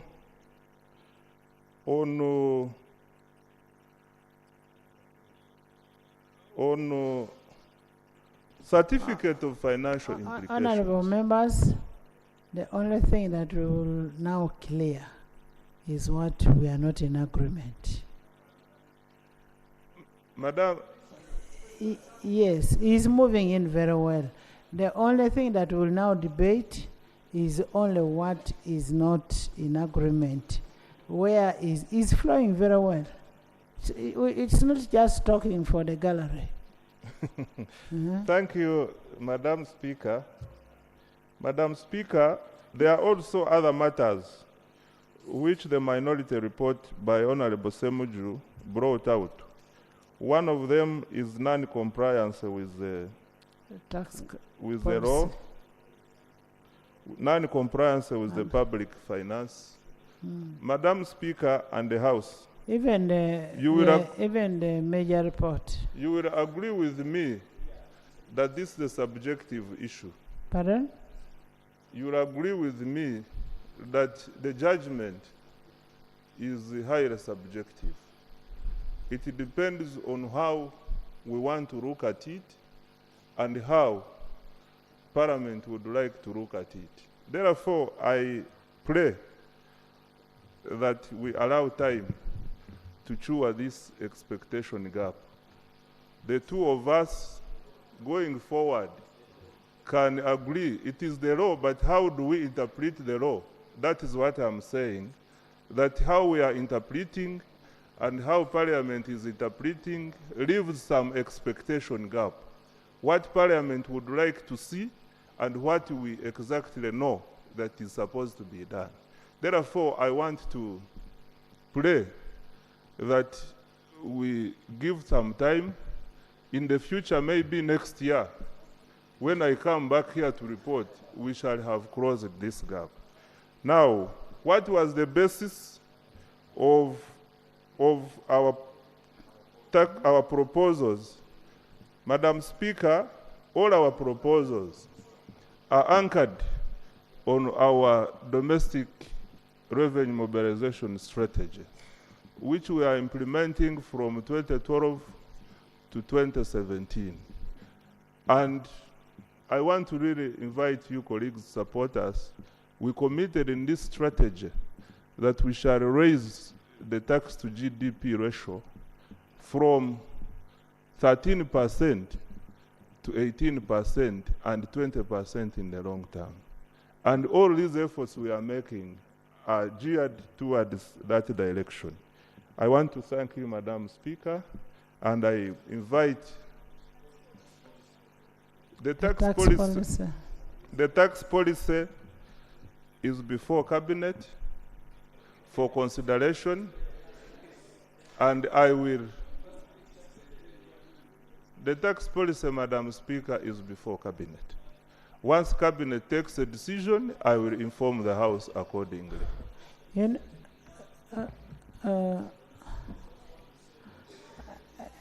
Goretti, you just don't echo. Goretti, when I'm speaking about these matters, it is in my interest.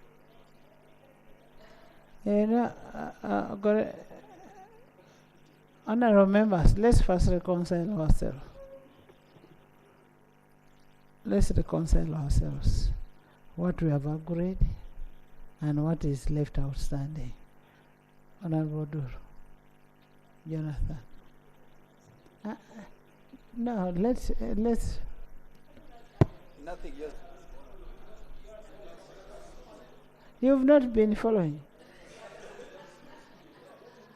Honorable members, we've agreed No, Madam Speaker, that since you the called- issue of I was on the point of order, Madam. Yes. Last year and many other years before, the Honorable Minister has consistently told us that these policies before cabinet, even last year, and we allowed him to proceed on the understanding that after he It would will bring. come. It is now 1 year plus. Is he in order to keep, 2 years plus, is he in order to come and... Honorable Minister, our presumption is that cabinet sits every Monday. That's the presumption we have. So you've kept telling us it is still in cabinet. So when I'm with you. What I'm saying that when they sit in cabinet, last time you communicated, they go idling around, and yet there is a serious matter of policy to discuss. And that's what I wanted to draw your attention to. Idle talk in cabinet.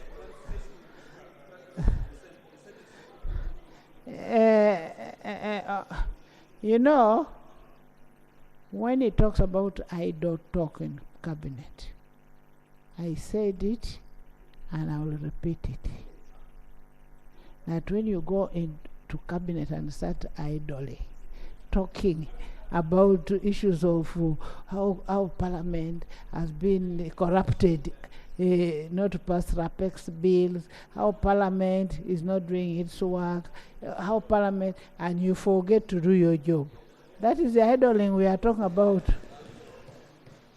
But we are not talking about you as who? As Honorable Musasisi. We are talking about those people who were doing idle talks. But what you need to tell us, when do we have, what is the position? Just tell us what is the position. For you are not an idler. You're a very good minister.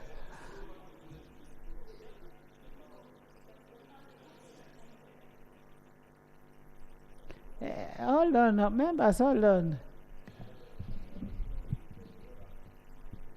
Madam Speaker,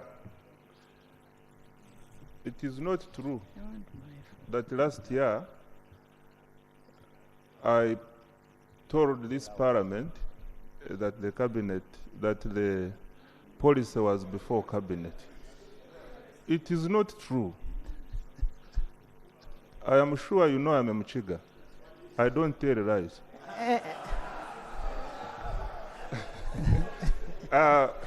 Madam Speaker,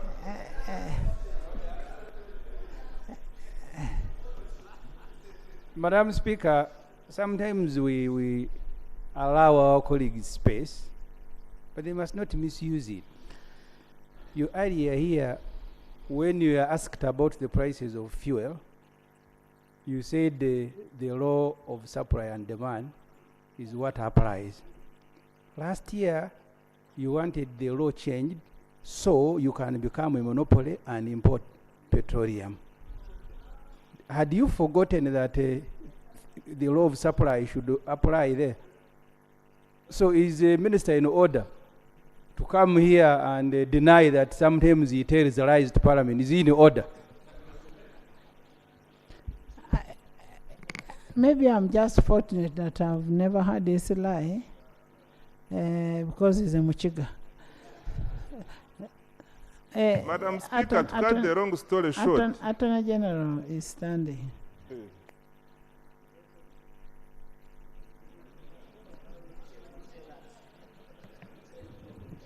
I'm a Ugandan. Attorney Speaker, on the issue of policy, we all know that Cabinet is the policy-making organ of government.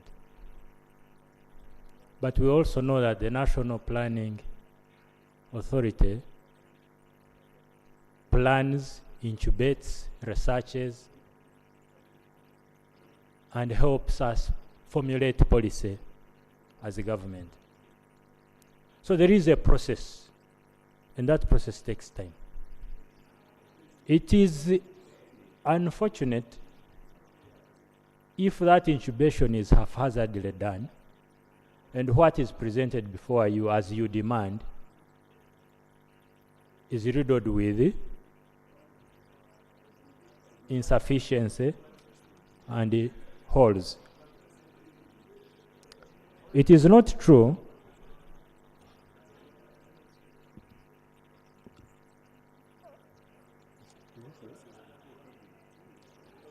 So I wanted to say that indeed there is a policy, there is a process for making this policy.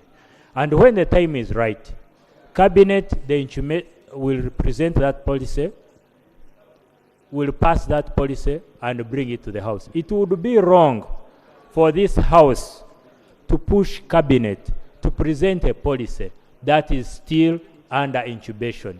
The policy can only be presented when it is ready and proper. I beg to submit.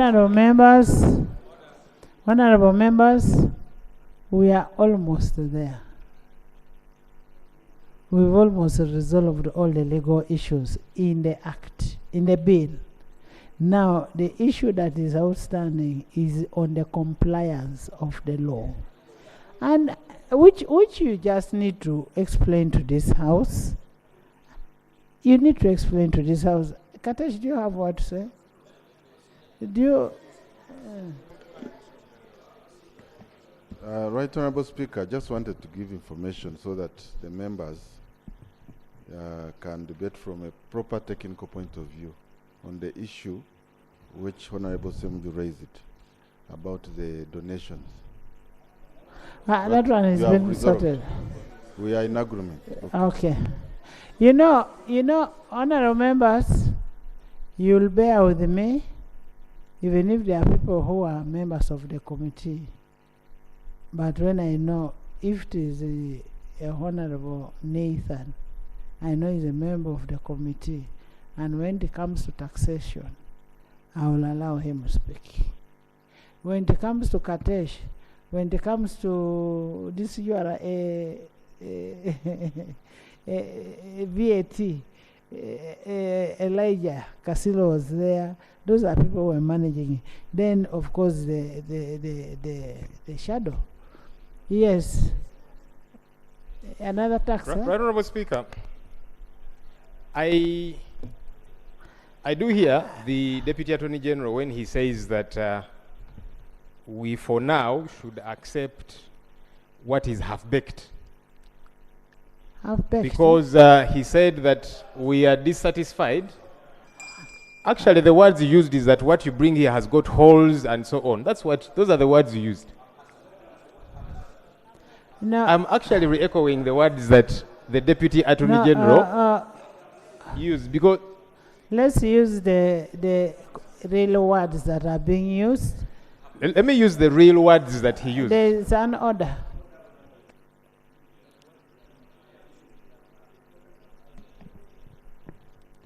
This is Parliament, a national legislature. I do understand that at times we have our own banter, but there is a cropping consistency of disrespect. I do respect the leader of opposition,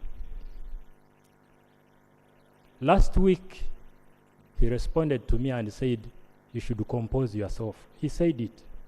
It is on record. I don't know where it came from.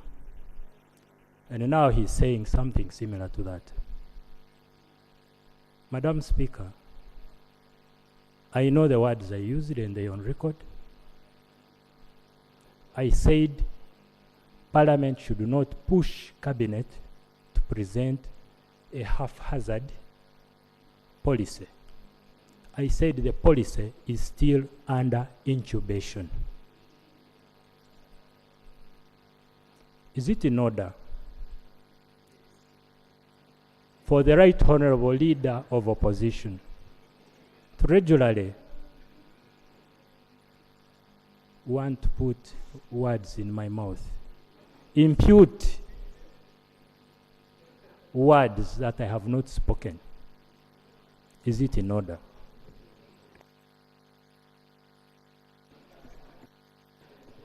Of course, really, honorable members, we need to appreciate what Doug is saying.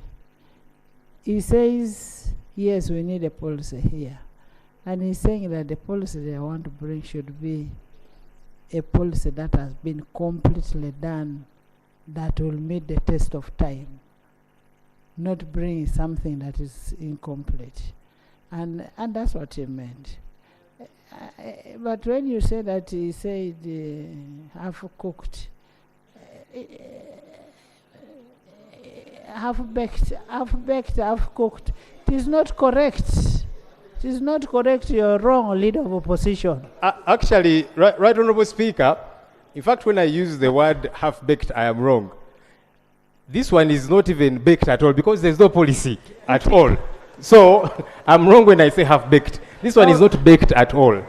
And what I wanted to drive to, right Honourable Speaker. It depends, because for me I cannot say whether it is baked, half-baked, or it is in the process, because we don't sit in a cabinet. Now, a leader of opposition maybe sits in that cabinet. Right Honourable Speaker, really to get to the serious issue, I actually wanted to drive government to commit. When do we get to have the comprehensive taxation policy? Exactly. So that we stop this back and forth, half-baked, not baked at all, and so on. We need to have now you're talking as a leader of opposition. No, but even the other time I was talking as leader of the opposition, right Honourable. So that we are able to hold them accountable. Because you see, the Honourable Musasizi has just denied that last year he did not promise us this. So we want, whether it be him, the Prime Minister is not around, we need a proper commitment. When does this come? We need a commitment and Madam Speaker, today, this year, I have made a commitment that we shall bring a comprehensive tax policy before this House. And by end of this year, we shall have presented this policy to this House. You know, honorable members, you're still here. If he doesn't bring, by end of this year, it's just 6 months away. But it's just 6 months away. He will bring it. If he doesn't, we hold him accountable. I want to thank the leader of opposition for insisting, and we have got something from my brother Musasizi. The reason we're asking for a tax policy is taxes must be predictable. If they are not predictable, you can see why people are striking. It's because they are not so sure. Even they could be a good tax, but if you have not told people, they will not understand. Madam Speaker. And then administration of it. Yes, and Madam Speaker, world over, when you are going to change a tax, it takes 5 years. But for us here, because of lack of the tax policy, you wake up at night, you bring it in Parliament, in a few minutes, it has been passed. And that's why we're having a problem, even in taxation. And that's why even we're creating inefficiency in URA. Whenever they discover something is becoming hard for them to collect, they just bring a law here for us to make for them the law so that they go and sit in their back instead of enforcing, and we're paying them salaries. So, Madam Speaker, if the minister is saying at the end of the year, I think this is a problem. You see, there should be something you should be putting across. For purpose of a tax policy to be out very well, it needs a wide consultation. Now, if you have done that, why don't you say, within 1 week I can bring a draft to the House to see how far we have gone. And it will help. And Maxwell is here will agree with me. That's the best way to move. Before this budget say, this is how we have gone, and that's how we believe that within 6 more months, this will be a policy out, but this is the draft where we are. It will help. Honorable, as I go to the final issue, which is legal, I just want to really emphasize to government, the reason we are insisting on this is because a policy gives you direction. Last year, you brought an amendment to this same act. This year, you've brought another one. Which direction do you move in? Because once there is no clear policy, then we shall be operating using the word that I was using earlier on in a haphazard manner and so on. That's why we are insisting on this policy. It will help you also. Because when we are tasking you to say, where does that come from? You say, but here is a taxation policy from which it is emanating. But now this is coming out of the blue. Lastly, Right Honorable Speaker, the legal issue is regarding the certificate of financial implication. Actually, both reports are in consonance to say that this certificate of financial implication, a copy of which I have here, is defective. They only disagree on the resolution. Right Honorable Speaker, with your indulgence, let me just read the 2 subsections of the Public Finance Management Act, verbatim, so that we know it's a serious issue. This is section 76, firstly, subsection 2. The certificate of financial implications issued under subsection 1 shall indicate the estimates of revenue and expenditure over the period of not less than 2 years after the coming into effect of the bill when passed. That is missing. And here we are talking the law, not politics. Subsection 3. In addition to the requirements under subsection 2, the certificate of financial implications shall indicate the impact of the bill on the economy. That is not here in this certificate of financial implications. And I'm quoting for you the law. So in essence, this is defective, and both reports do agree. Right Honorable Speaker, we've got a precedent that was set last week. There are bills that had to be thrown out. The Honorable Kasolo was here, and we tasked him and told him the certificate of financial implications that he had was defective. He had to go back and sort himself out. We need to be smart and organized, even legally. The minister should be withdrawing this bill, goes back, puts his house in order, and then we comply with the law. Because we are not going to suspend this particular provision of the law, Section 76 of the PFMA. We actually don't have the mandate to we can only suspend our rules. But acts of parliament, they are acts of parliament, they are law. So I want to implore the minister who is not listening, maybe I give him a minute.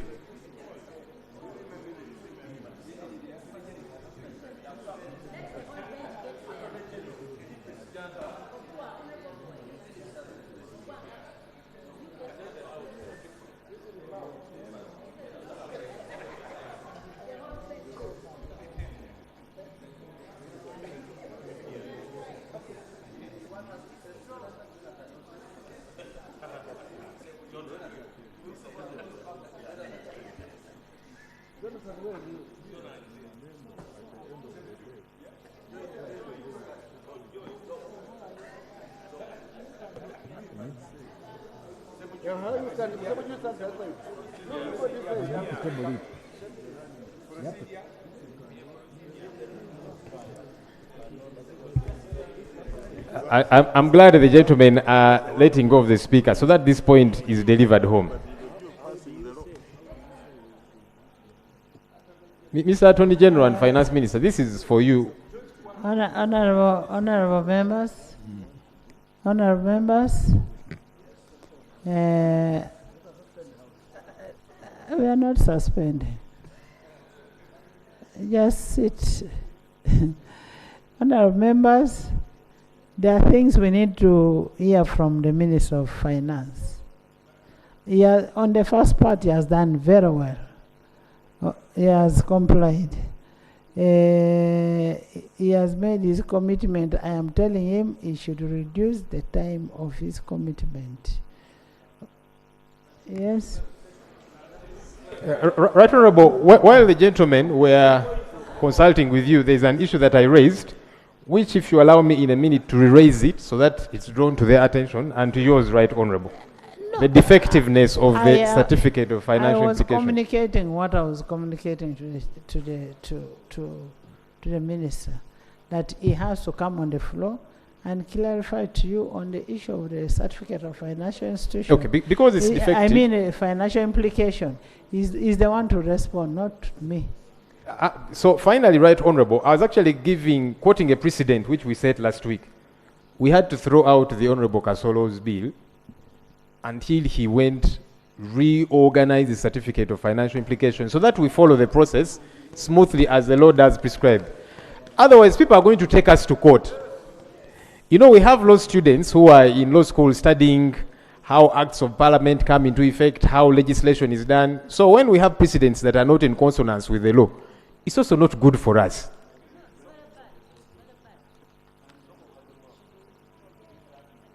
Yes, Shad.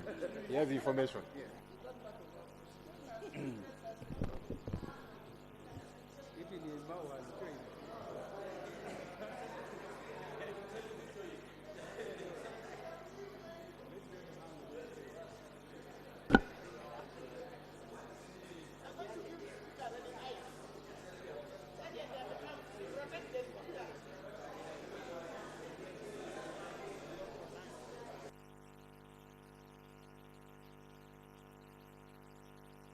But Madam Speaker,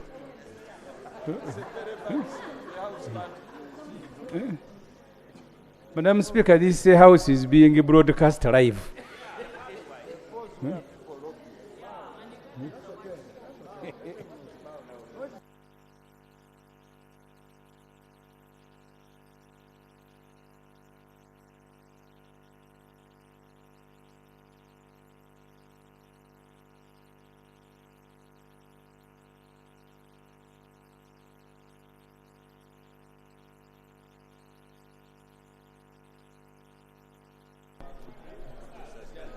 Honorable Musasisi. Madam Speaker, if you allow, you can allow me a second, my colleague. See, what you have just witnessed here is exactly what happened when the committee was processing these bills. And I sympathize with my colleagues that you are assigned to chair committees, you the NRM side. In fact, they made the same observation, and one MP, I will not say the name, these are in-house, he was saying, but with that observation, the bill has collapsed. He said, hey, how do we improve the observation? Even the observation was edited. Let them deny if they did not edit their own. Order. Honorable. Madam Speaker, and I beg the indulgence of colleagues, there is a difference between the bills of last week and these bills we are considering now. These bills are supposed to facilitate the budget for financial year 2024-2025. Just 1 year. You cannot ask me about the projected revenues for 2 years when the bill is for 1 year. And this is why I said that because we have experienced an expectation gap between what Parliament wants us to put in the bill and what we think should be there, Parliament or the law. Putting me on order doesn't give you anything.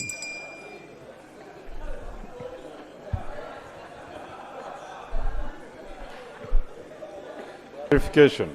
Sorry? Take it. Clarification. And we will get a win-win situation. Clarification. No, I can't bash us. Right Honorable Speaker, he allowed my clarification. Honorable members. Right Honorable Speaker, the reason not every single person presents a policy on taxation or proposes a tax on this floor of parliament. It is based on, pardon?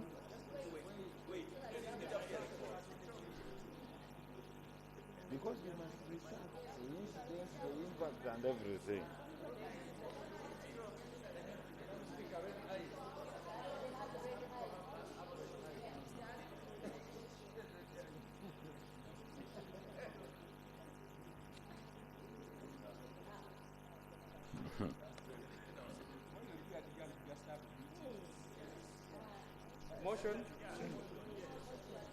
Motion, Madam Speaker. The motion, Madam Speaker, is that Honorable we adjourn. members, please first wait. You are the ones who are saying that we must handle this thing systematically. Eh?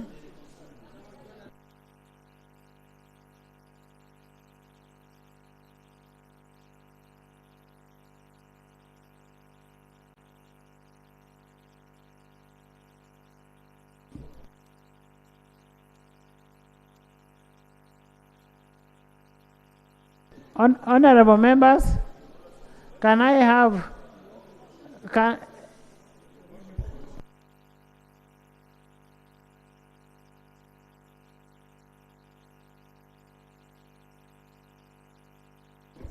honorable members, can I have,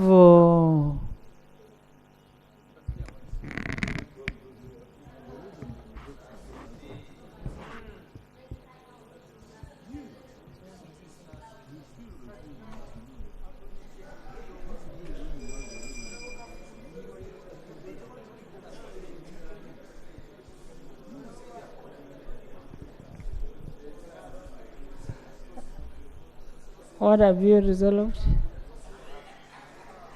Honorable members, I will ask the Minister of Finance, Shadow, you. I will ask the Minister of Finance. I will ask the Minister of Finance, Shadow, both Attorney Generals. Constitutional this side, and Government Chief Whip plus Nathan. Go and harmonize. Go and harmonize. Honorable members, go and harmonize and come and report back to the House. Jonah, you are a constitutional. I said, and chairperson, yes. I am giving you people 30 minutes to go and harmonize as we go for lunch. And once, Nathan, did you hear that I'm giving you for 30 minutes? Yes. So go and harmonize. I am suspending the House for 30 minutes.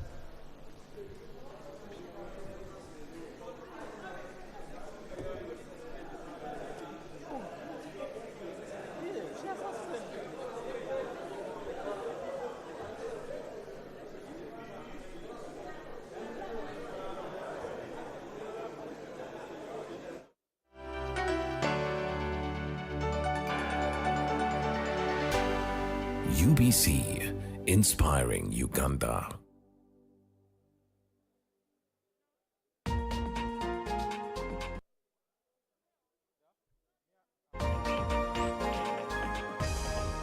Tonight on UBC. The first time we talked, you had just taken this office. Yes, please. And we were talking about how easy and difficult things were. True. How are you doing now? If